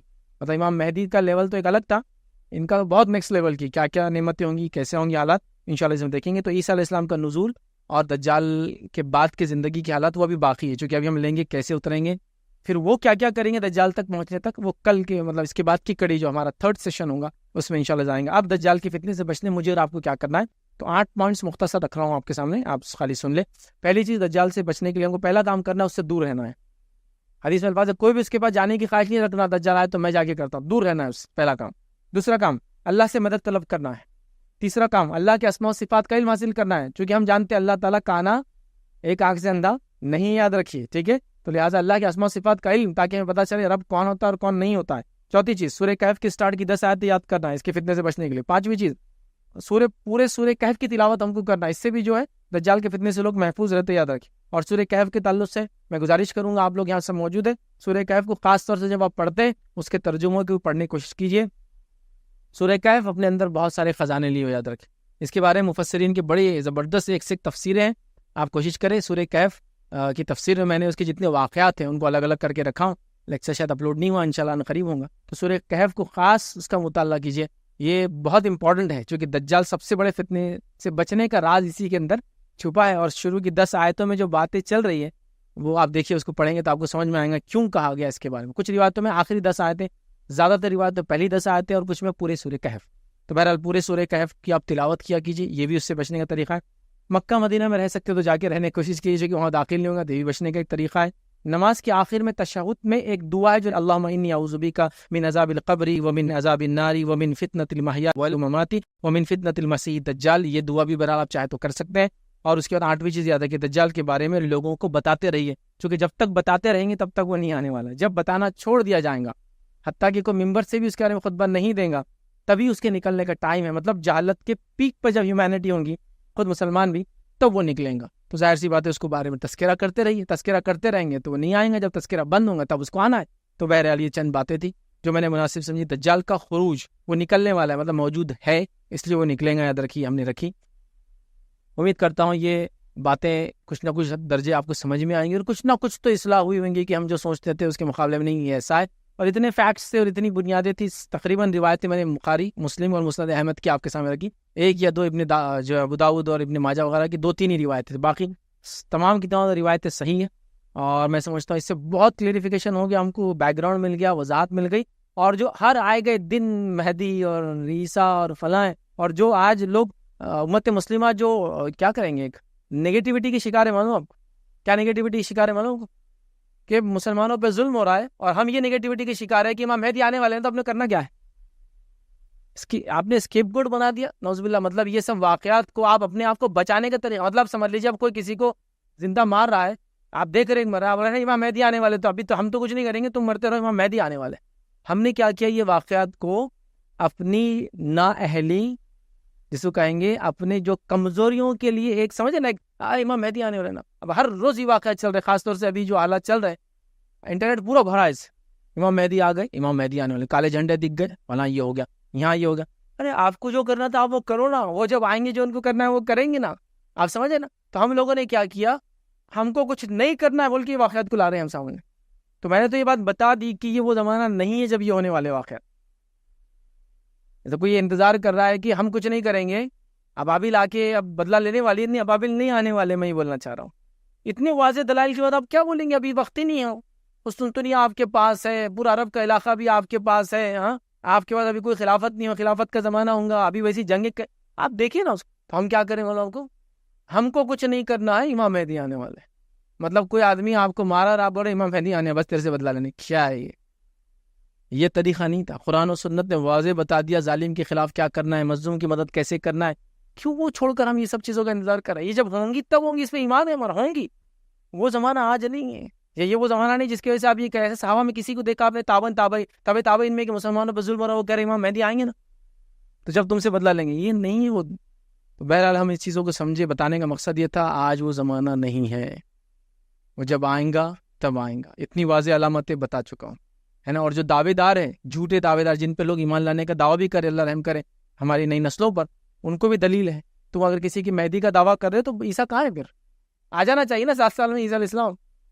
یہ سب فالتو باتیں یاد رکھی. ایک صاحب نے بہرحال مہدی کا دعویٰ کیا، بعد میں عیسیٰ ہونے کا بھی دعویٰ کر دیا. جب ان کے پیروکاروں سے پوچھا گیا کہ مہدی کا دعویٰ تو کر دیا، اب عیسیٰ کب آئیں گے؟ تو بولے آ گئے وہ بھی. بولے پھر ہے کہاں؟ نہیں. بولے کیا ہو گیا؟ ٹیررزم کا میڈیا وغیرہ بہت مسئلہ چل رہا تھا، ابھی چھپے ہوئے بولے وہ، پھر تھوڑے دن مان آ جائیں گے. حدیث میں آسمان سے اتریں گے 2 فرشتوں کے کاندھوں پہ ہاتھ رکھ کے، دنیا دیکھنے والی ہے اور ان کے چھپ گئے آ کر. مطلب اتنا کمزور عیسیٰ نہیں ہو سکتا، یاد رکھیں. یہ تو وہ ہے جس کو دیکھ کے دجال پگھلنے والا ہے، جس کی خوشبو سے جو ہے جو ایمان نہیں لائیں گے وہ مرنے والے ہیں، اور آپ ان کو چھپا رہے ہیں ان کو. تو یہ مطلب کوئی بھی قرآن و سنت یا یہ دلائل پڑھ لینا تو انشاءاللہ وہ علامات قیامت کی وجہ سے جو لوگوں کو جذبات میں لا کے ان کے عقائد بگاڑ رہے، انشاءاللہ اس سے تو بچ جائیں گا. تو میرا اصل مقصد صرف یہ تھا. یہ زمانہ وہ نہیں ہے، اور یہ فتنوں میں مت پڑو. اس لیے میں نے کوئی پن پوائنٹ چیزیں نہیں بتائی کہ یہ ہو رہا تو اس کا مطلب یہی ہے، یہ اس سے مراد امریکہ، اس سے مراد فرانس، اس سے مراد اٹلی. نہیں، میں نے نہیں کیا وہ ہم کو ضرورت نہیں ہے. وہ جب ہوں گا تب ہو جائیں گا. آج جو کرنا ہے وہ کرنے کی چیز ہے اپنی دفاع میں. بہرحال تو یہ چند باتیں تھی جو میں نے مناسب سمجھی رکھوں تاکہ ہم جان لیں یہ عقیدہ کیا ہے اس کا، اور بیسیکلی ہم لوگوں کو کیا کرنا ہے، ان چیزوں کو کیسے ماننا ہے. تو بہرحال انشاءاللہ یہ اس کی سیکنڈ کڑی تھی. آنے والے کڑیوں میں عیسیٰ علیہ السلام کے بارے میں اور دیگر چیزیں ہم دیکھیں گے. اللہ رب العزت دعا کہ اللہ سبحانہ تعالیٰ ہم تمام کتاب و سنت کے صحیح سمجھ عطا فرمائے. اللہ رب العزت ہم کو عقیدے کے فتنوں سے جو محفوظ رکھے. اللہ رب العزت ہم کو جو ہے دجال کے فتنے سے جو محفوظ رکھے، اور ان تمام فتنوں سے ہمیں محفوظ رکھے جو ہمارے دین، ایمان اور ہمارے جو ہے انسانی مطلب مسلمانوں کو جو ہے تکلیف دیتے. اللہ رب العزت سے ہم دعا کرتے ہیں کہ اللہ رب العزت ہم تمام کو رمضان کے اس مہینے کو صحیح سے گزارنے کی توفیق عطا فرمائے. جو بیمار ہیں ان کی بیماری کو دور کرے، جو تنگ دست ہیں ان کی تنگ دستی کو دور کرے.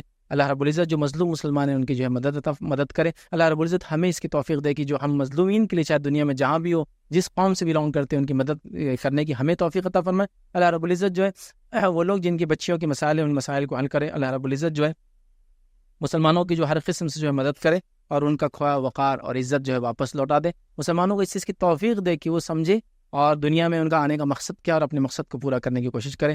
جب تک ہمیں زندہ رکھے اسلام اور ایمان پر زندہ رکھے، خاتمہ ایمان پر ہو. آخر دعوانا الحمدللہ رب العالمین. سبحان ربک رب العزت عما یصفون وسلام علی المرسلین والحمدللہ رب العالمین.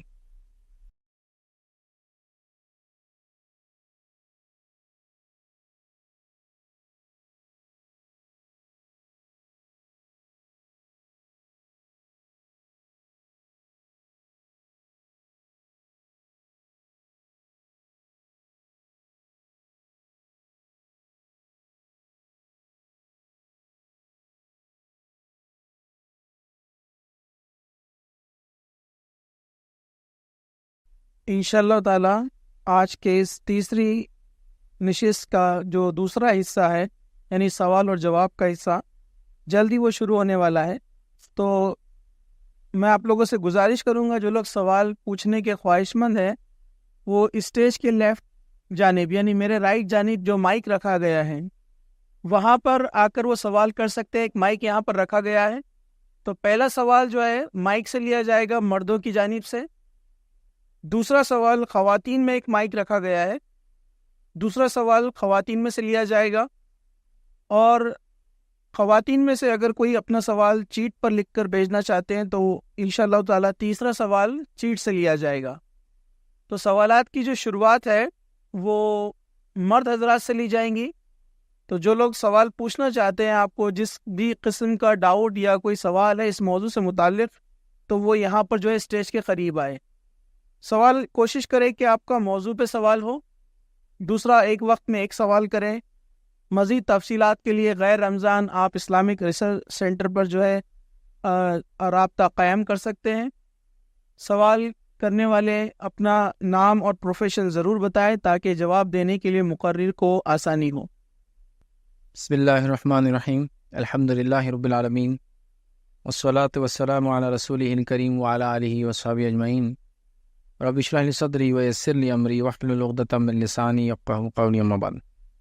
جی السلام علیکم فیض بھائی، میرا نام عازم ہے۔ میرا سوال یہ ہے کہ جو دجال ہے، اب جیسے کئی نبیوں نے اس کے آنے کی جو ہے تو دلیل دی اور اس سے بچنے کی تاکید کریں، جی، تو ہم بچپن میں یہ بھی سنتے تھے کہ دجال خبروں میں سے لوگوں کو اٹھیں گا اور بولے گا میرے پہ ایمان لاؤ۔ تو وہ جب دجال آئیں گا تو وہ کیا کرنٹ امت کے اوپر مطلب وہ رہیں گا یا پھر سبھی امتوں کے لیے؟ پہلے سوال کیا، دجال جب آئیں گا تو کیا اسے جو زمانے میں جو لوگ ہوں گے اس امت پہ فتنہ ہوگا، امت محمدیہ پہ، یا پچھلے لوگوں کو بھی قبر سے اٹھائیں گا اور ان کو فتنے میں مبتلا کریں گا؟ تو دیکھیے، دجال کے تعلق سے بہت ساری ایسی باتیں جو ثابت نہیں، جس میں سے یہ بھی ایک بات ہے کہ خبر میں سے لوگوں کو اٹھائیں گا اور پھر دعویٰ کریں گا ایمان لاؤ، یہ صحیح نہیں ہے۔ اسی طرح بہت ساری ایسی باتیں ہیں جو بہرحال ایک کامن بچوں کے اندر ایسا وہ بتائی جاتی ہے، ویسا نہیں ہوگا۔ روٹیوں کا پاڑی اس سینس میں کہ زمین کو حکم دے رہا ہے اور اناج نکال رہا ہے، تو وہ ایک الگ بات ہے۔ تو لہٰذا دجال کے بارے میں جو بات ہم کو ملتی ہے قرآن و سنت سے وہ یہی ہے کہ وہ اس وقت کے لوگوں کے لیے فتنہ ہے۔ بڑا فتنہ تھا بول کے یار نبی نے ڈرایا، لیکن ہر امت کے لیے فتنہ نہیں بنے گا۔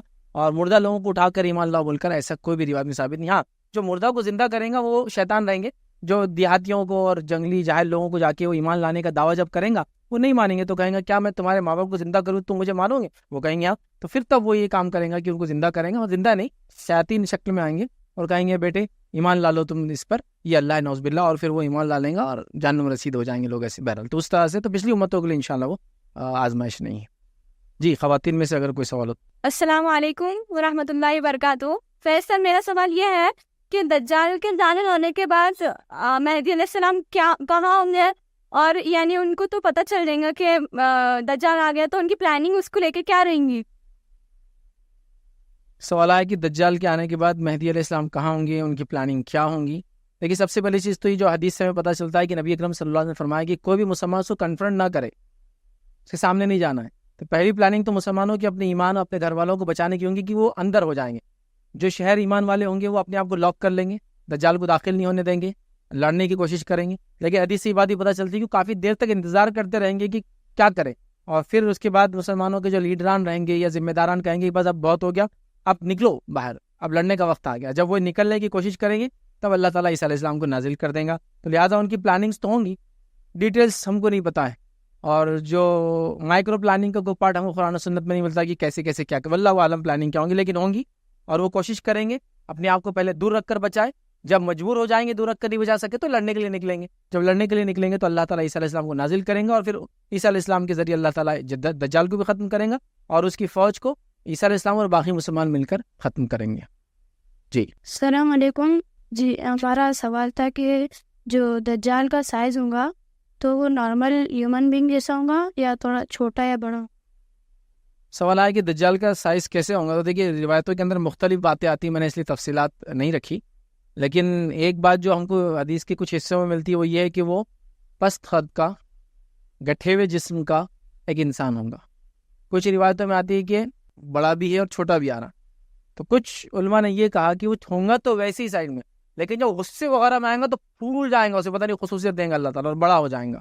تو عام اعتبار سے ہو سکتا ہے جو روایت میں بتایا گیا پستہ قد گٹھے ہوئے جسم کا آدمی ہو، لیکن خاص مواقعوں میں وہ اپنے آپ کو چونکہ رب بولیں گا بڑا بھی کر لیں گا، جیسے کہ روایت میں وہ بڑا بھی ہے اور تو اللہ عالم۔ تو بہرحال اس کے بیچ میں کچھ ہوگا، بس ہم کو یہ کرنا ہے کہ ہم کو ایمان لانا ہے۔ دونوں روایتیں چونکہ صحیح ہے تو ہم یہ کہیں گے کہ ایسا بھی ہوگا، اور کچھ موقع پر وہ شاید اپنے آپ کو ایسا بھی بتائیں گے۔ یہ جب ظاہر ہوگا تو اس کا ریئل فارم ایسا ہوگا پستہ کا چھوٹا، لوگوں کو جب پریٹینڈ کریں گے تو اپنے آپ کو بڑا کر کے بتائیں گے تاکہ اس کو رب مانے۔ واللہ عالم بالصواب، اللہ بہتر جانتا ہے۔ السلام علیکم۔ ہمارا سوال یہ ہے کہ کیا قیامت کی نشانیوں میں انڈیا کا کہیں ذکر آتا ہے؟ دیکھیے، کسی نے سوال کیا قیامت کی نشانیوں میں کیا ہمارے ملک عزیز کا نام آتا ہے، تو قیامت کی نشانیوں میں یاد رکھیے انڈیا کا تذکرہ آتا ہے، لیکن وہ نبی اکرم صلی اللہ علیہ وسلم کے زمانے کا ہند تھا، یاد رکھیے، جو کہ بہت بڑا تھا۔ افغانستان، ایران کا کچھ پارٹ، پورا افغانستان، پورا پاکستان، پورا انڈیا، اس کے بعد برما، اس کے بعد نیپال، اس کے بعد تبت کا ایک علاقہ، ہند بولتے تھے اس کو، بر صغیر بولتے ہیں اس کے بعد، ابھی تو کئی کنٹریز بن گئے اس کے اندر، ٹھیک ہے، حتیٰ کہ وہ پورا برما تک جاتا تھا، یاد رکھیے۔ آپ صلی اللہ علیہ وسلم زمانے کا ہند بہت بڑا تھا، تو اس شکل میں آتا ہے، ہاں، ہند کی طرف، ٹھیک ہے۔ یا پھر اگر آپ اس کو بولے مشرق کا جو لفظ آتا ہے تو مشرق کے اندر انڈیا بھی آ جاتا ہے، چونکہ عربوں کے لیے مشرق میں کنٹری وائز اگر آج کے لیے تو عراق، ایران اور انڈیا ہی تھا، پھر ابھی میں نے وہ کنٹریاں بن گئے تو افغانستان، پاکستان، انڈیا ایسے بن گئے نا، جب ایسا نہیں تھا تب تھرڈ کنٹری انڈیا ہی تھا، تو جب مشرق کا لفظ آتا ہے تو ہند بھی اس میں کاؤنٹ ہوتا ہے۔ یا اسی طرح انڈیا کے تذکرہ ایک اور آتا ہے، عیسیٰ علیہ السلام کے واقعے میں آئیں گے تو میں سمجھتا ہوں اس کو رہنے دینا زیادہ اچھا ہے۔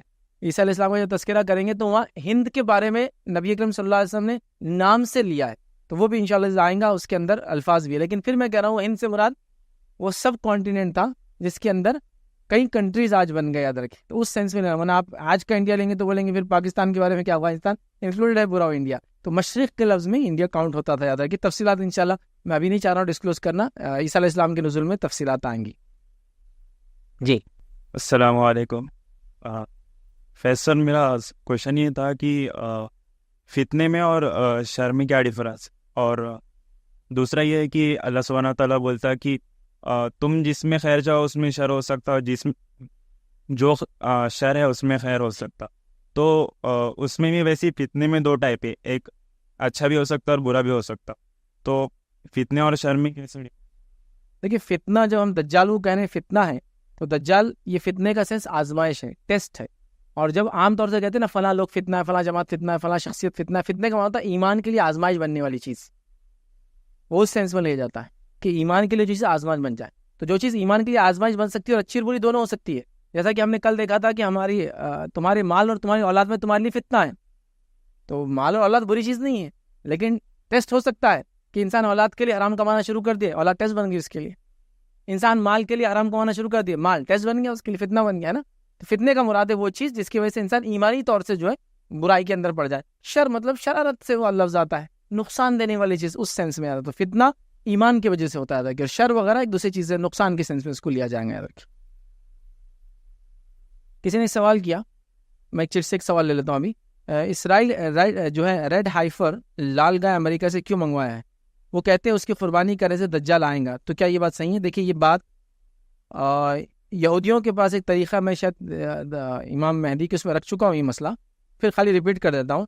یہودیوں کے نزدیک ایک طریقہ ہے کہ وہ لوگ کیا کرتے ہیں اپنے مخصوص عبادتوں کے لیے یا کچھ مخصوص گھٹناؤں پر، جو کہ میں نے جو سن رکھا ہے اس کے لیے میرے پاس کوئی دلیل نہیں، مطلب ان کی کتابوں سے مجھے نہیں پتا، باتیں جو چل رہی ہے، پوڈ کاسٹ کا زمانہ ہے، ہر کوئی بس پوڈ کاسٹ ہی بنا رہا ہے، تو بہرحال کچھ باتیں جو ایون جیو اسکالر سے میں نے سنی، یہودی جو علماء ہیں، وہ یہ ہے کہ ان کے پاس کوئی بڑی گھٹنا سے پہلے وہ رب العزت کو قربانی دیتے ہیں، اور قربانی دینے کے لیے وہ مخصوص قسم کی اس گائے کو ہی تلاش کرتے ہیں جو بائبل کے اندر تذکرہ ہے، اس کا رنگ، اس کے ٹائپ، اس کی جسامت، اور وہ سب ہائفر اس گائے کو کہتے ہیں جس نے کبھی کوئی بچہ نہیں دیا، اس نے دودھ نہیں دیا، اس نے محنت کش کا کام نہیں کیا، اور وغیرہ وغیرہ، اور ایک پرٹیکولر کلر ہوتا ہے اس کے آدھے، تو ان کے مطابق وہ اس کو قربان کرتے ہیں، اور قربان کرتے تھے۔ اس زمانے میں قربانی ایسی ہوتی تھی کہ وہ آسمان سے آگ آتی ہے، اس کو قبول کر لیتی، اس کی قبولیت کی علامت۔ اس کے بعد کے دور میں ایسا نہیں ہوا تو وہ کیا کرتے تھے، اس کو جلاتے ہیں۔ ابھی ان کا کہنا ہے کہ ایسا 9 بار وہ کر چکے ہیں آج تک، اب 10ویں بار کرنے کا ان کا پلان ہے، اور یہ پلان وہ تب ہوگا، اس کو کرنے کے بعد وہ مسجد اقصیٰ کو ڈھا دیں گے، مسجد اقصیٰ کو ان پرٹیکولر نہیں، لیکن قبۃ الصخرہ جو مسجد اقصیٰ کے شہر میں آتا ہے اس کو ہٹا دیں گے، چونکہ وہ ٹیمپل ماؤنٹ ہے، وہ کہتے ہیں ٹیمپل ماؤنٹ ہم لوگ کہتے ہیں، وہاں سے اللہ کے رسول نے جو سفر کیا تھا معراج کا، وہاں سے شروع ہوا تھا، اسی لیے جب عمر رضی اللہ عنہ نے اس کو فتح کیا تو آپ نے وہاں ایک مسجد بنا دی تھی، اس کو مسجد عمر کہا جاتا تھا، لیکن آج اس کو مسجد قبۃ الصخرہ، ٹھیک ہے، اس طرح سے اس کو نام کہے، مسجد عمر بھی کہا جاتا ہے، اس کو یاد رکھیے، ٹھیک ہے۔ تو بہرحال وہاں وہ ٹیمپل ماؤنٹ تھا، تو ان کا بولنا ہے کہ اس کو وہ ڈھا دیں گے، یاد رکھیے۔ اقصیٰ کے بارے میں یاد رکھیے، اقصیٰ کے مسجد اقصیٰ کو ڈھانے کا ان کا کوئی پلان نہیں ہے، اس لیے کہ مسجد اقصیٰ کے بارے میں ان کا بھی عقیدہ ہے کہ وہ مقدس جگہ ہے۔ یہ الگ بات ہے کہ وہ مسجد کو چینج کر کے ہیکل سلیمانی بنانا چاہتے ہیں، ایک سینیگاگ بنانا چاہتے ہیں وہاں، ٹھیک ہے، وہ ایک الگ بات ہے، لیکن ابھی جو ان کا پلان ہے وہ مسجد عمر جو ٹیمپل ماؤنٹ پہ آتی ہے ایگزیکٹلی، اس کو وہ ہٹانا چاہتے ہیں۔ ان کے مطابق وہاں اسحاق علیہ السلام کی ابراہیم علیہ السلام نے قربانی دی جو اللہ نے حکم دیا، ہم کہتے ہیں اسماعیل علیہ السلام تھے، وہ کہتے ہیں اسحاق علیہ السلام تھے، اور وہ بڑے ان کے لیے مقدس جگہ ہے۔ تو اس کو ہٹانے کا پلان کریں. اس کے لیے وہ گائے لانے والے ان کے مطابق اس کو ذبح کریں گے یا اس کو جلائیں گے جو بھی ہوگا, اور اس کے بعد اٹھا دیں گے. اب یہ سب چیزیں واللہ عالم ہم نہیں جانتے کہ یہ ہونے والا ہے یا نہیں ہونے والا ہے. لیکن ظاہر سی بات ہے کوئی بھی مسلمان, مسلم ملک کے بارے میں نہیں کہہ سکتا ہوں, کوئی بھی مسلمان ایسا نہیں دنیا کے اندر جو مسجد اقصیٰ پہ کوئی کچھ کرے اور وہ خاموش رہ جائے, پھر شاید حکومتوں کے تختے بھی پلٹ دیں مسلمان. ظاہر سی بات ہے کوئی برداشت نہیں کریں گا. یہ ایک عالمی مسئلہ ہے. مطلب مسجد اقصیٰ کو, اس کے اطراف کی چیزوں کو یوں ہی کوئی چھیڑ دے, اتنا آسان نہیں. اب تک وہ فلسطینیوں سے اس کو نجات نہیں دلا سکے ان کے مطابق, وہ ہٹانا چاہ رہے ہیں ان کو. مطلب آج اتنے 70-80 سال میں وہاں کے موجود فلسطینیوں کو الحمدللہ ہٹا نہیں سکے, جو مسجد اقصیٰ کے لیے اپنا سب کچھ قربان کرنے لیے کھڑے ہیں. تو ظاہر سی بات ہے اگر وہ ایسی خطا اور غلطی کریں گے تو پوری دنیا کو چھیڑ کے لے رہے ہو ایک طرح سے. کوئی اس محفوظ نہیں رہے گا دنیا میں, ایک طرح سے اتنی بڑی جنگ چھڑ جائیں گی.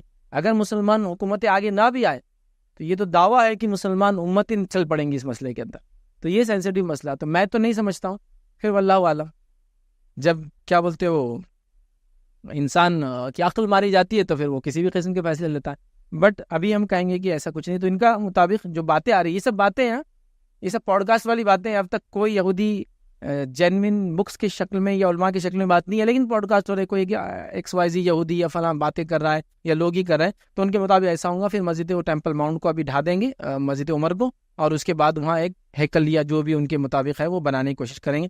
اس کی کوئی لیکن سند یا اس کی صحت یا اس کے بارے میں کچھ نہیں جانتا. جو باتیں میڈیا سے تھی میں نے آپ کے سامنے رکھی, اور اس کی ڈیٹ چلے گئی, وہ 31 تھی. آج ہم کھڑے, وہ چلے گی. جس دن میں نے پہلے لیکچر میں بولا تھا آپ کو کل ڈیٹ تھی, وہ آج ہو گئی, تبھی کچھ نہیں ہوا. میں بھی اب وہ بول دیں گے اپریل, پھر اپریل کے بعد میں. یہ سینسیشن ہے, آپ سمجھ رہے نا. لوگوں کو بہت مزہ آ رہا ہے, ایسے میں ویوز ملتے ہیں, یہ ہوتا ہے, لوگ کچھ بھی ایسا اناپ شناپ ڈال دو, لوگ بہت دیکھتے ہیں اس کو. تو بہرحال وہ سب چیز کی کوئی حقیقت مجھے نہیں پتا اب تک. السلام علیکم سر. ہمارا یہ کوشچن ہے کہ جو دجال رہیں گا وہ ہیومن بینگس میں سے ہی رہیں گا, تو اس کا فوڈ عام انسانوں کی طرح رہیں گا یا کچھ اور رہیں گا اس کی غذا؟ دیکھیے دجال انسانوں میں سے رہیں گے, یہ بات طے ہو گئی. وہ کیا کھائیں گا, کیا پئیں گا. حدیث میں یہ بھی بچے نہیں ہوں گے, تو آپ سوال یہ بھی ایسا تھا بیوی ہوں گی کیا, مجھے کچھ نہیں پتا, واللہ عالم. اس کا کوئی بیک گراؤنڈ نہیں ہے, بس کوئی ڈیٹیلز نہیں ہے.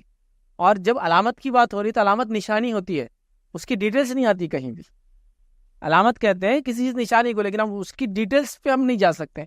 واللہ عالم, کچھ نہیں پتا. ابھی عیسیٰ علیہ السلام کا بھی تذکرہ آئے گا, امام مہدی کا آئے گا, ان کی کون وائف ہوں گی, ان کے بچے کتنے ہیں, واللہ عالم. عیسیٰ علیہ السلام نازل ہونے والے تو کیا, واللہ عالم. ابھی دجال ہے تو کیا کھاتا پیتا ہوں گا, واللہ عالم. اللہ دے رہا ہوں اس کے رزق جیسا زندگی دیا, اتنی لمبی زندہ ہے, رزق بھی دیتا ہوں, سب ہم نہیں جانتے. ورنہ ان ڈیٹیلز میں اگر آپ جائیں گے, کبھی اللہ نہ کرے, اور آپ کو اگر اس کا جواب تلاش کرنے کی ایک جس کو کہتے ہیں نا, ایک اندر سے اتنی زیادہ تجسس جاگ جائیں گا, تو یہ تجسس خامخواہ کہ آپ کو مس گائیڈنس کی طرف پھر لے جائیں گے. ریزن بینگ کہ وہ چیزیں ہم نہیں جان سکتے, چونکہ اس کی ضرورت بھی نہیں ہے ہم کو جاننے کی کیسے ہوں گا بول کے. جب ہوگا, تب دیکھا جائے گا اس کو. ٹھیک, جیسا کہ اللہ کے رسول صلی اللہ علیہ وسلم کی حدیث ہے, اس کے اندر آتا ہے کہ اللہ رب العزت نے کم و بیش 1,24,000 کے قریب انبیاء, جس میں سے 313 یا 316 کے قریب رسول بھیجے. یاد رکھیں. اب ہم بولیں گے سب کے نام کیوں نہیں, اللہ بہتر, جس کا سمجھا نام لے لیا, جس کا نہیں سمجھا. یہ اللہ کے لیے, ہمارے لیے یہی بہتر تھا کہ ان 25 انبیاء کے نام جانے اور کچھ کے واقعات قرآن کے ذریعے جانے, جو قیامت تک ہدایت کے لیے کافی ہے. ڈیٹیلس میں جانے کی ضرورت نہیں ہے ہم کو, تو لہٰذا اس کی بھی کوئی ڈیٹیلس ہمارے پاس موجود نہیں ہے. جی السلام علیکم شیخ, میرا نام سید ایاز ہے. شیخ سوال یہ ہے کہ آدم علیہ الصلوۃ والسلام سے لے کر اللہ کے رسول صلی اللہ علیہ وسلم تک تمام انبیاء نے دجال کے فتنے سے پناہ مانگی اور اپنی امت کو ڈرایا ہے. ٹھیک ہے, اور آدم علیہ الصلوۃ والسلام سے لے کر قیامت تک کے تمام فتنوں سے بڑا یہ فتنہ ہے دجال کا. تو اس دور میں جو لوگ اس فتنے سے بچ جائیں گے, ان کے ایمان کی لیول کیا ہوگی؟ کہ حدیث میں اس کی کوئی فضیلت آتی ہے, یا ان کا ایمان کا لیول انبیاء اور صحابہ اکرام کے جیسا ہوگا یا کچھ کم درجے کا ہوگا؟ اس کی وضاحت کیجیے.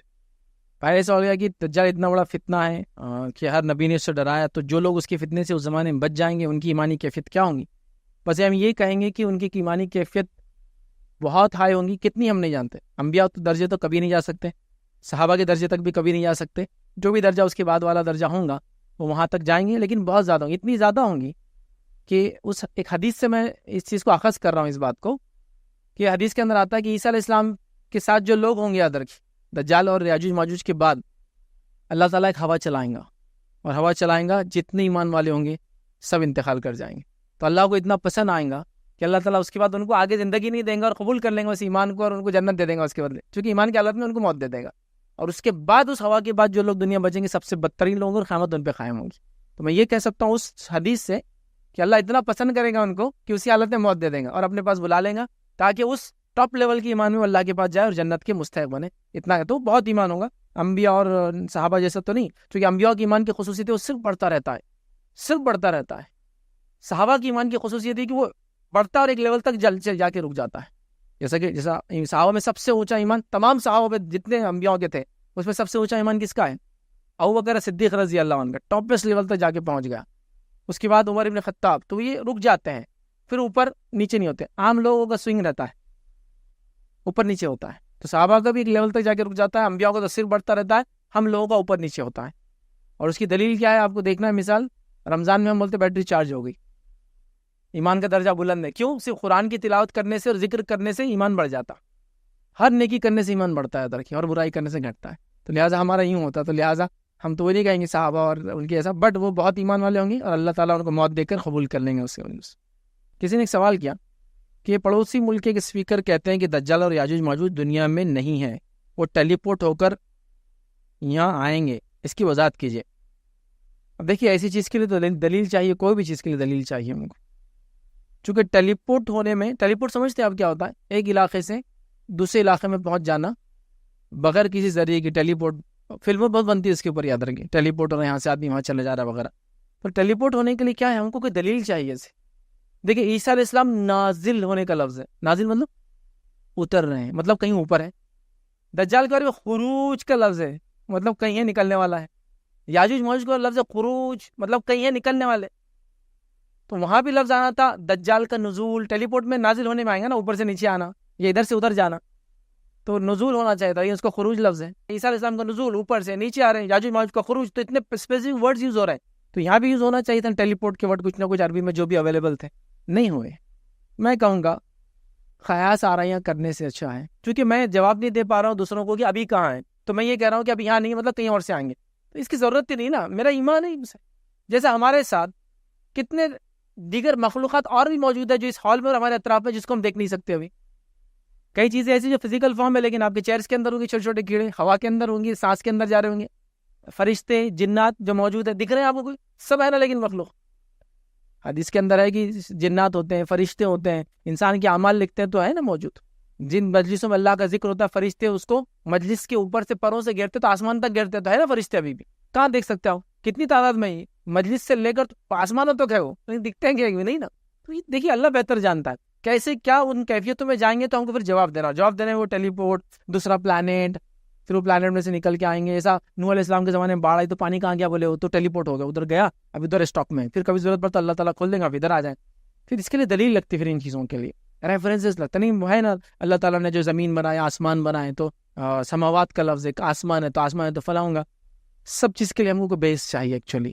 تو تھوڑا میں کہوں گا کہ ہر سوال کا جواب دینے کے لیے ہم چیزوں کو ثابت کرنے کے بدلے اللہ والا ہم کہہ کر چھوڑ دے باتوں. اللہ بہتر جانتا ہے کہاں ہے, اللہ بہتر جانتا ہے کب نکلیں گے. وہ جب آئیں گے ہم کو پتہ چل جائیں گے کیسے تھے, کیا تھے, کہاں تھے اور کیوں تھے. اللہ والا بہرحال تو میں کہوں گا یہ ایکسپلینیشن زیادہ, وہ ایکسپلینیشن زیادہ بہتر ہے. السلام علیکم. دجال کے فتنے سے بچنے کے لیے جیسا آپ نے بتایا کہ سورہ کہف پڑھنا چاہیے, پورا سورہ کہف یا صرف 10 آیات ہی اکتفا کرنا چاہیے؟ اور ٹرانسلیشن کے تعلق سے بھی تھوڑا وضاحت کیجیے کہ ٹرانسلیشن ہی کیوں؟ 10 آیتوں میں یا پورے سے اصحاب کہف کا ہے اور موسیٰ علیہ السلام اور خضر علیہ السلام کا واقعہ ہے, تو تھوڑی وضاحت کیجیے اس تعلق سے کیوں اچھا کیوں گیا ہے کہ یہ کیوں پڑھنا چاہیے. میں نے سوال کیا کہ جو یہ کیوں پڑھنا, سورہ کہف کے بارے میں کیوں کہا گیا, حالانکہ تو اس میں ذوالقرنین نے اصحاب کہف وغیرہ وغیرہ چیزیں, تو کیوں کہا گیا. دیکھیے کیوں کا جواب ایگزیکٹلی تو میں نہیں دے پاؤں گا. ریزن بھی کہ نبی اکرم صلی اللہ علیہ وسلم نے کہا اور آپ جو کہتے تو وہی تھا, لیکن وجوہات حکمتیں ہم بتا سکتے ہیں.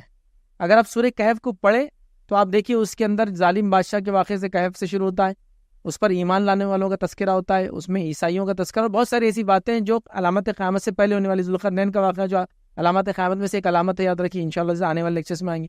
تو چونکہ اس سے وہ متعلق ہے وہ چیزیں, اس وجہ سے انشاءاللہ اس کے بارے میں کہا گیا ہوں گا. تو اس کی حکمتیں جاننا ہے تو لوگ علماء نے بہت ساری باتیں لکھی کیوں, لیکن نبی اکرم صلی اللہ علیہ وسلم سے خود صحابہ نے اور نبی اکرم صلی اللہ علیہ وسلم خود کبھی یہ نہیں بتایا کہ کیوں وہ فرما رہے ہیں کہ یہ پڑھنے سے کیا ہوگا, لیکن یہ کہا کہ 10 یاد کر لو تو محفوظ رہوں گے, پورا پڑھو اگر اس کو دیکھ لو تو ہمیں چاہیے کہ ہم اتنا کریں. حکمتیں بہت ساری, اگر آپ سورہ کہف کی میری تفسیر بھی ہے تو انشاءاللہ رمضان کے بعد آئیں گے، آپ سنیں گے، تو بہت تفصیل میں نے ان چیزوں کو ڈسکس کیا ہے ادھر.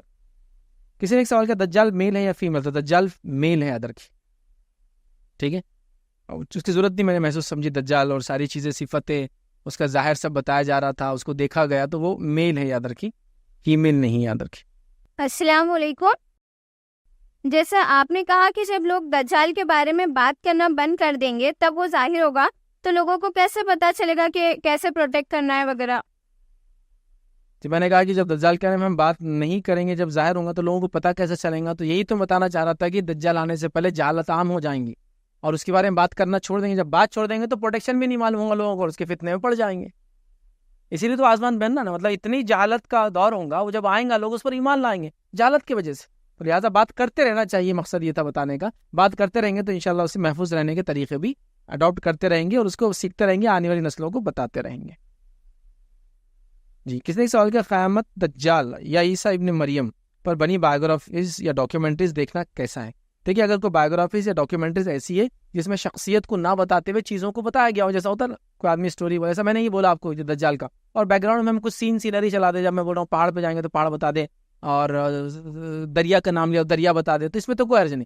لیکن آپ بولیں گے کیریکٹر کو لے کے پکچرائز کر کے یہ عیسیٰ ہے نعوذ باللہ اور یہ مریم ہے اور یہ فلاں ہے، ایسا اگر کچھ ہے تو پھر وہ ویسا نہیں کرنا چاہیے، وہ ٹھیک نہیں. چونکہ اس سے کیا ہوتا ہے، آدمی امیجنیشن میں بڑی بڑی شخصیات کو، انبیاءوں کو اور صحابہ کو لاتا ہے، وہ ٹھیک نہیں ہے. تو اس میں بہرحال آپ احتیاط کریں ویسا. لیکن ایسا سے ڈاکیومنٹری ہے کہ یہ قرآن میں ہی آ رہا، سنت میں ہی آ رہا، تو دیکھیے ہم یہ پہاڑ پہ کھڑے ہیں، اس کے بارے میں تذکرہ ہے، یہ جگہ پہ کھڑے، یہ جہراننے کا تذکرہ ہے، فلاں ہے، تو اس میں انشاءاللہ اس کو ایسی، تو اس سینس میں اگر دیکھے تو. لیکن اگر کیریکٹرائز کرا جا رہا ہے تو پھر دیکھنا درست نہیں ہوگا. آلریڈی میرے کئی کلپس آن لائن موجود ہیں کہ انبیاء پہ بنی فلمیں، صحابہ بنی فلمیں دیکھنا کیسا ہے، آپ اس کو دیکھیں. جی، مائی سیلف اشرف صدیقی.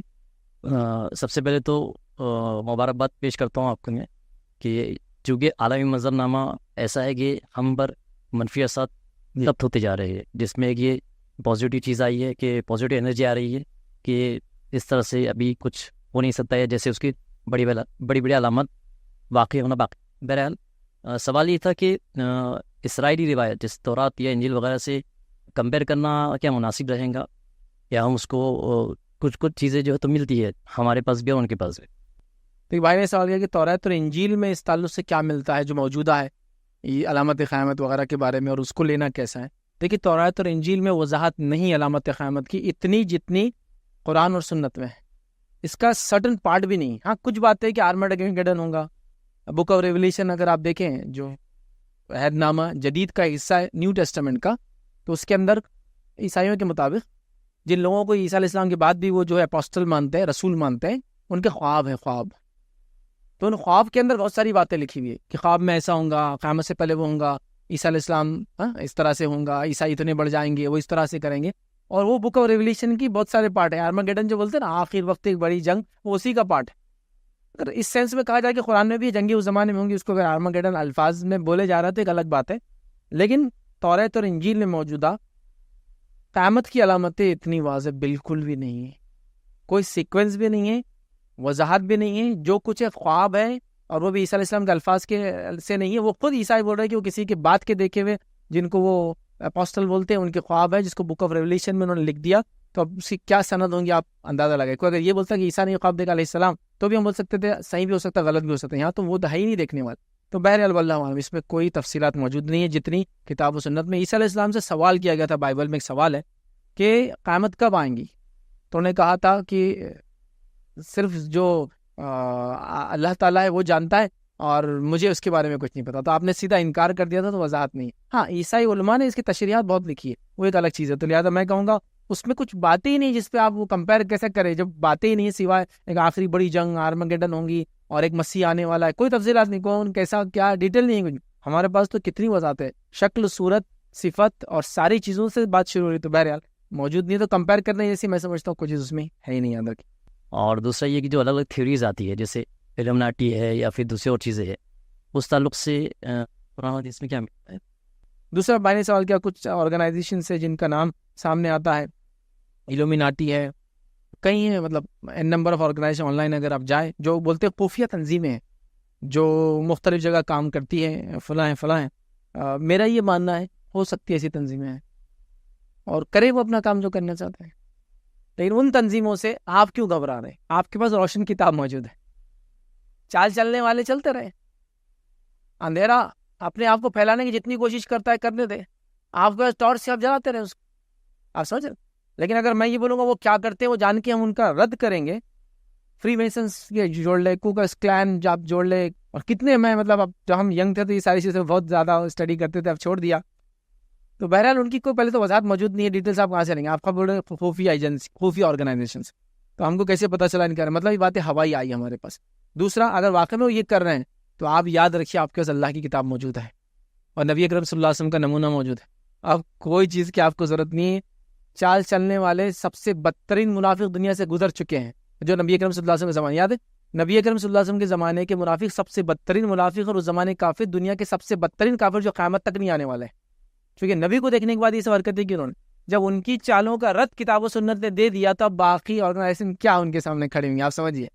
بہرحال ہمارے پاس ٹارچ ہے، اندھیرا اپنا کام کرتے رہیں پھیلنے کے لیے، ہم کیا کریں؟ روشنی جلاتے رہیں اور اس کو ختم کرنے کا ہمارا کام ہے. اگر ان کا چال سوچ کے اپنی پلاننگ کریں گے تو ہم پھنس جائیں گے. ہم اپنا کام کرتے رہے، وہ اپنا کام کرتے رہے. ہمارا کام قرآن و سنت کا ایسا ہے کہ ان کے کام کو خود ختم کرتے جاتا ہے. وہ چاہتے سود کا بازار عام ہو، ہم قرآن و سنت پہ عمل کرنے والے سود نہیں لیتے، سود ہم خود ختم کرتے. وہ چاہتے زنا عام ہو، اسی لیے وہ عورتوں کے جو ہے اس کو کہتے ہیں آزادی کی تحریکیں چلا رہے ہیں، لیکن وہ آزادی کی تحریکیں نہیں، ایکچولی ان کو غلام بنانے کی تحریک ہے. وہ زنا ہم کرنا چاہتے ہیں، ہم پردے کی بات کرتے ہیں، ہم خود زنا کو، تو ہمارا عمل ان کو کٹ کرتا ہے. اسی لیے کہ کہنے والوں نے بہت اچھی بات کی، میں نے کچھ لیکچرز دیکھے لوگوں کے جو دانشور ہوتے ہیں، انہوں نے کہا کہ سب سے بڑا تھریٹ، نان مسلم بول رہا ہوں میں، یہ سب سے بڑا تھریٹ دنیا کو آج اسلام سے، وہ اس لیے نہیں کہ مسلمان خوخار قوم ہے، وہ اس لیے تھریٹ ہے اور وہ ان کو خلاف بدنام کرتے ہیں اس لیے کہ ان کا مذہب دنیا کی سب سے بڑی، سب سے ٹاپ موسٹ لیول کی ڈالر بلین انڈسٹریز کے خلاف بات کرتا ہے. جوا سب سے بڑی انڈسٹری ہم بڑے، جوا حرام ہے. شراب سب سے بڑی انڈسٹری ہم بڑے، شراب حرام ہے. آپ سمجھ رہے نا؟ تو ہم ان کو چیلنج کر رہے ہیں. دھوکہ سب سے بڑی انڈسٹری ہم بولے، دھوکہ حرام ہے. تو ہم کیا کریں؟ ایکچولی اسلام کو پریکٹس کر کے چیلنج بن جا رہے ہیں ان کے انڈسٹریز کے لیے. تو لہٰذا وہ کہہ رہے ہیں کہ مسلمان اور اسلام اس لیے چیلنج ہے کہ ان کا دین کیا کرتا ہے، ہمارے خلاف بات کرتا ہے. تو ہم عمل کرتے رہے، ہمارے پاس ٹارچ ہے، روشنی جلاتے رہے، اندھیرے کا کام میں اندھیرا اپنا کرتا رہے. مطلب ان چالوں سے پریشان مت ہوئیے، بولنا ہی چاہ رہا، ڈپریس مت ہوئیے کہ یار وہ تو اتنے خطرناک ہے، وہ تو یہاں تک پہنچ گئے، وہ تو وہاں تک پہنچ گئے، یہ تو فلاں ہے. وہ جہاں تک بھی پہنچے ہوں گے، رب العزت کی کتاب اور اس کے نبی کی سنت آپ مانی، آپ انشاءاللہ ان سے آگے ہی دو قدم انشاءاللہ ہمیشہ رہیں گے. السلام علیکم.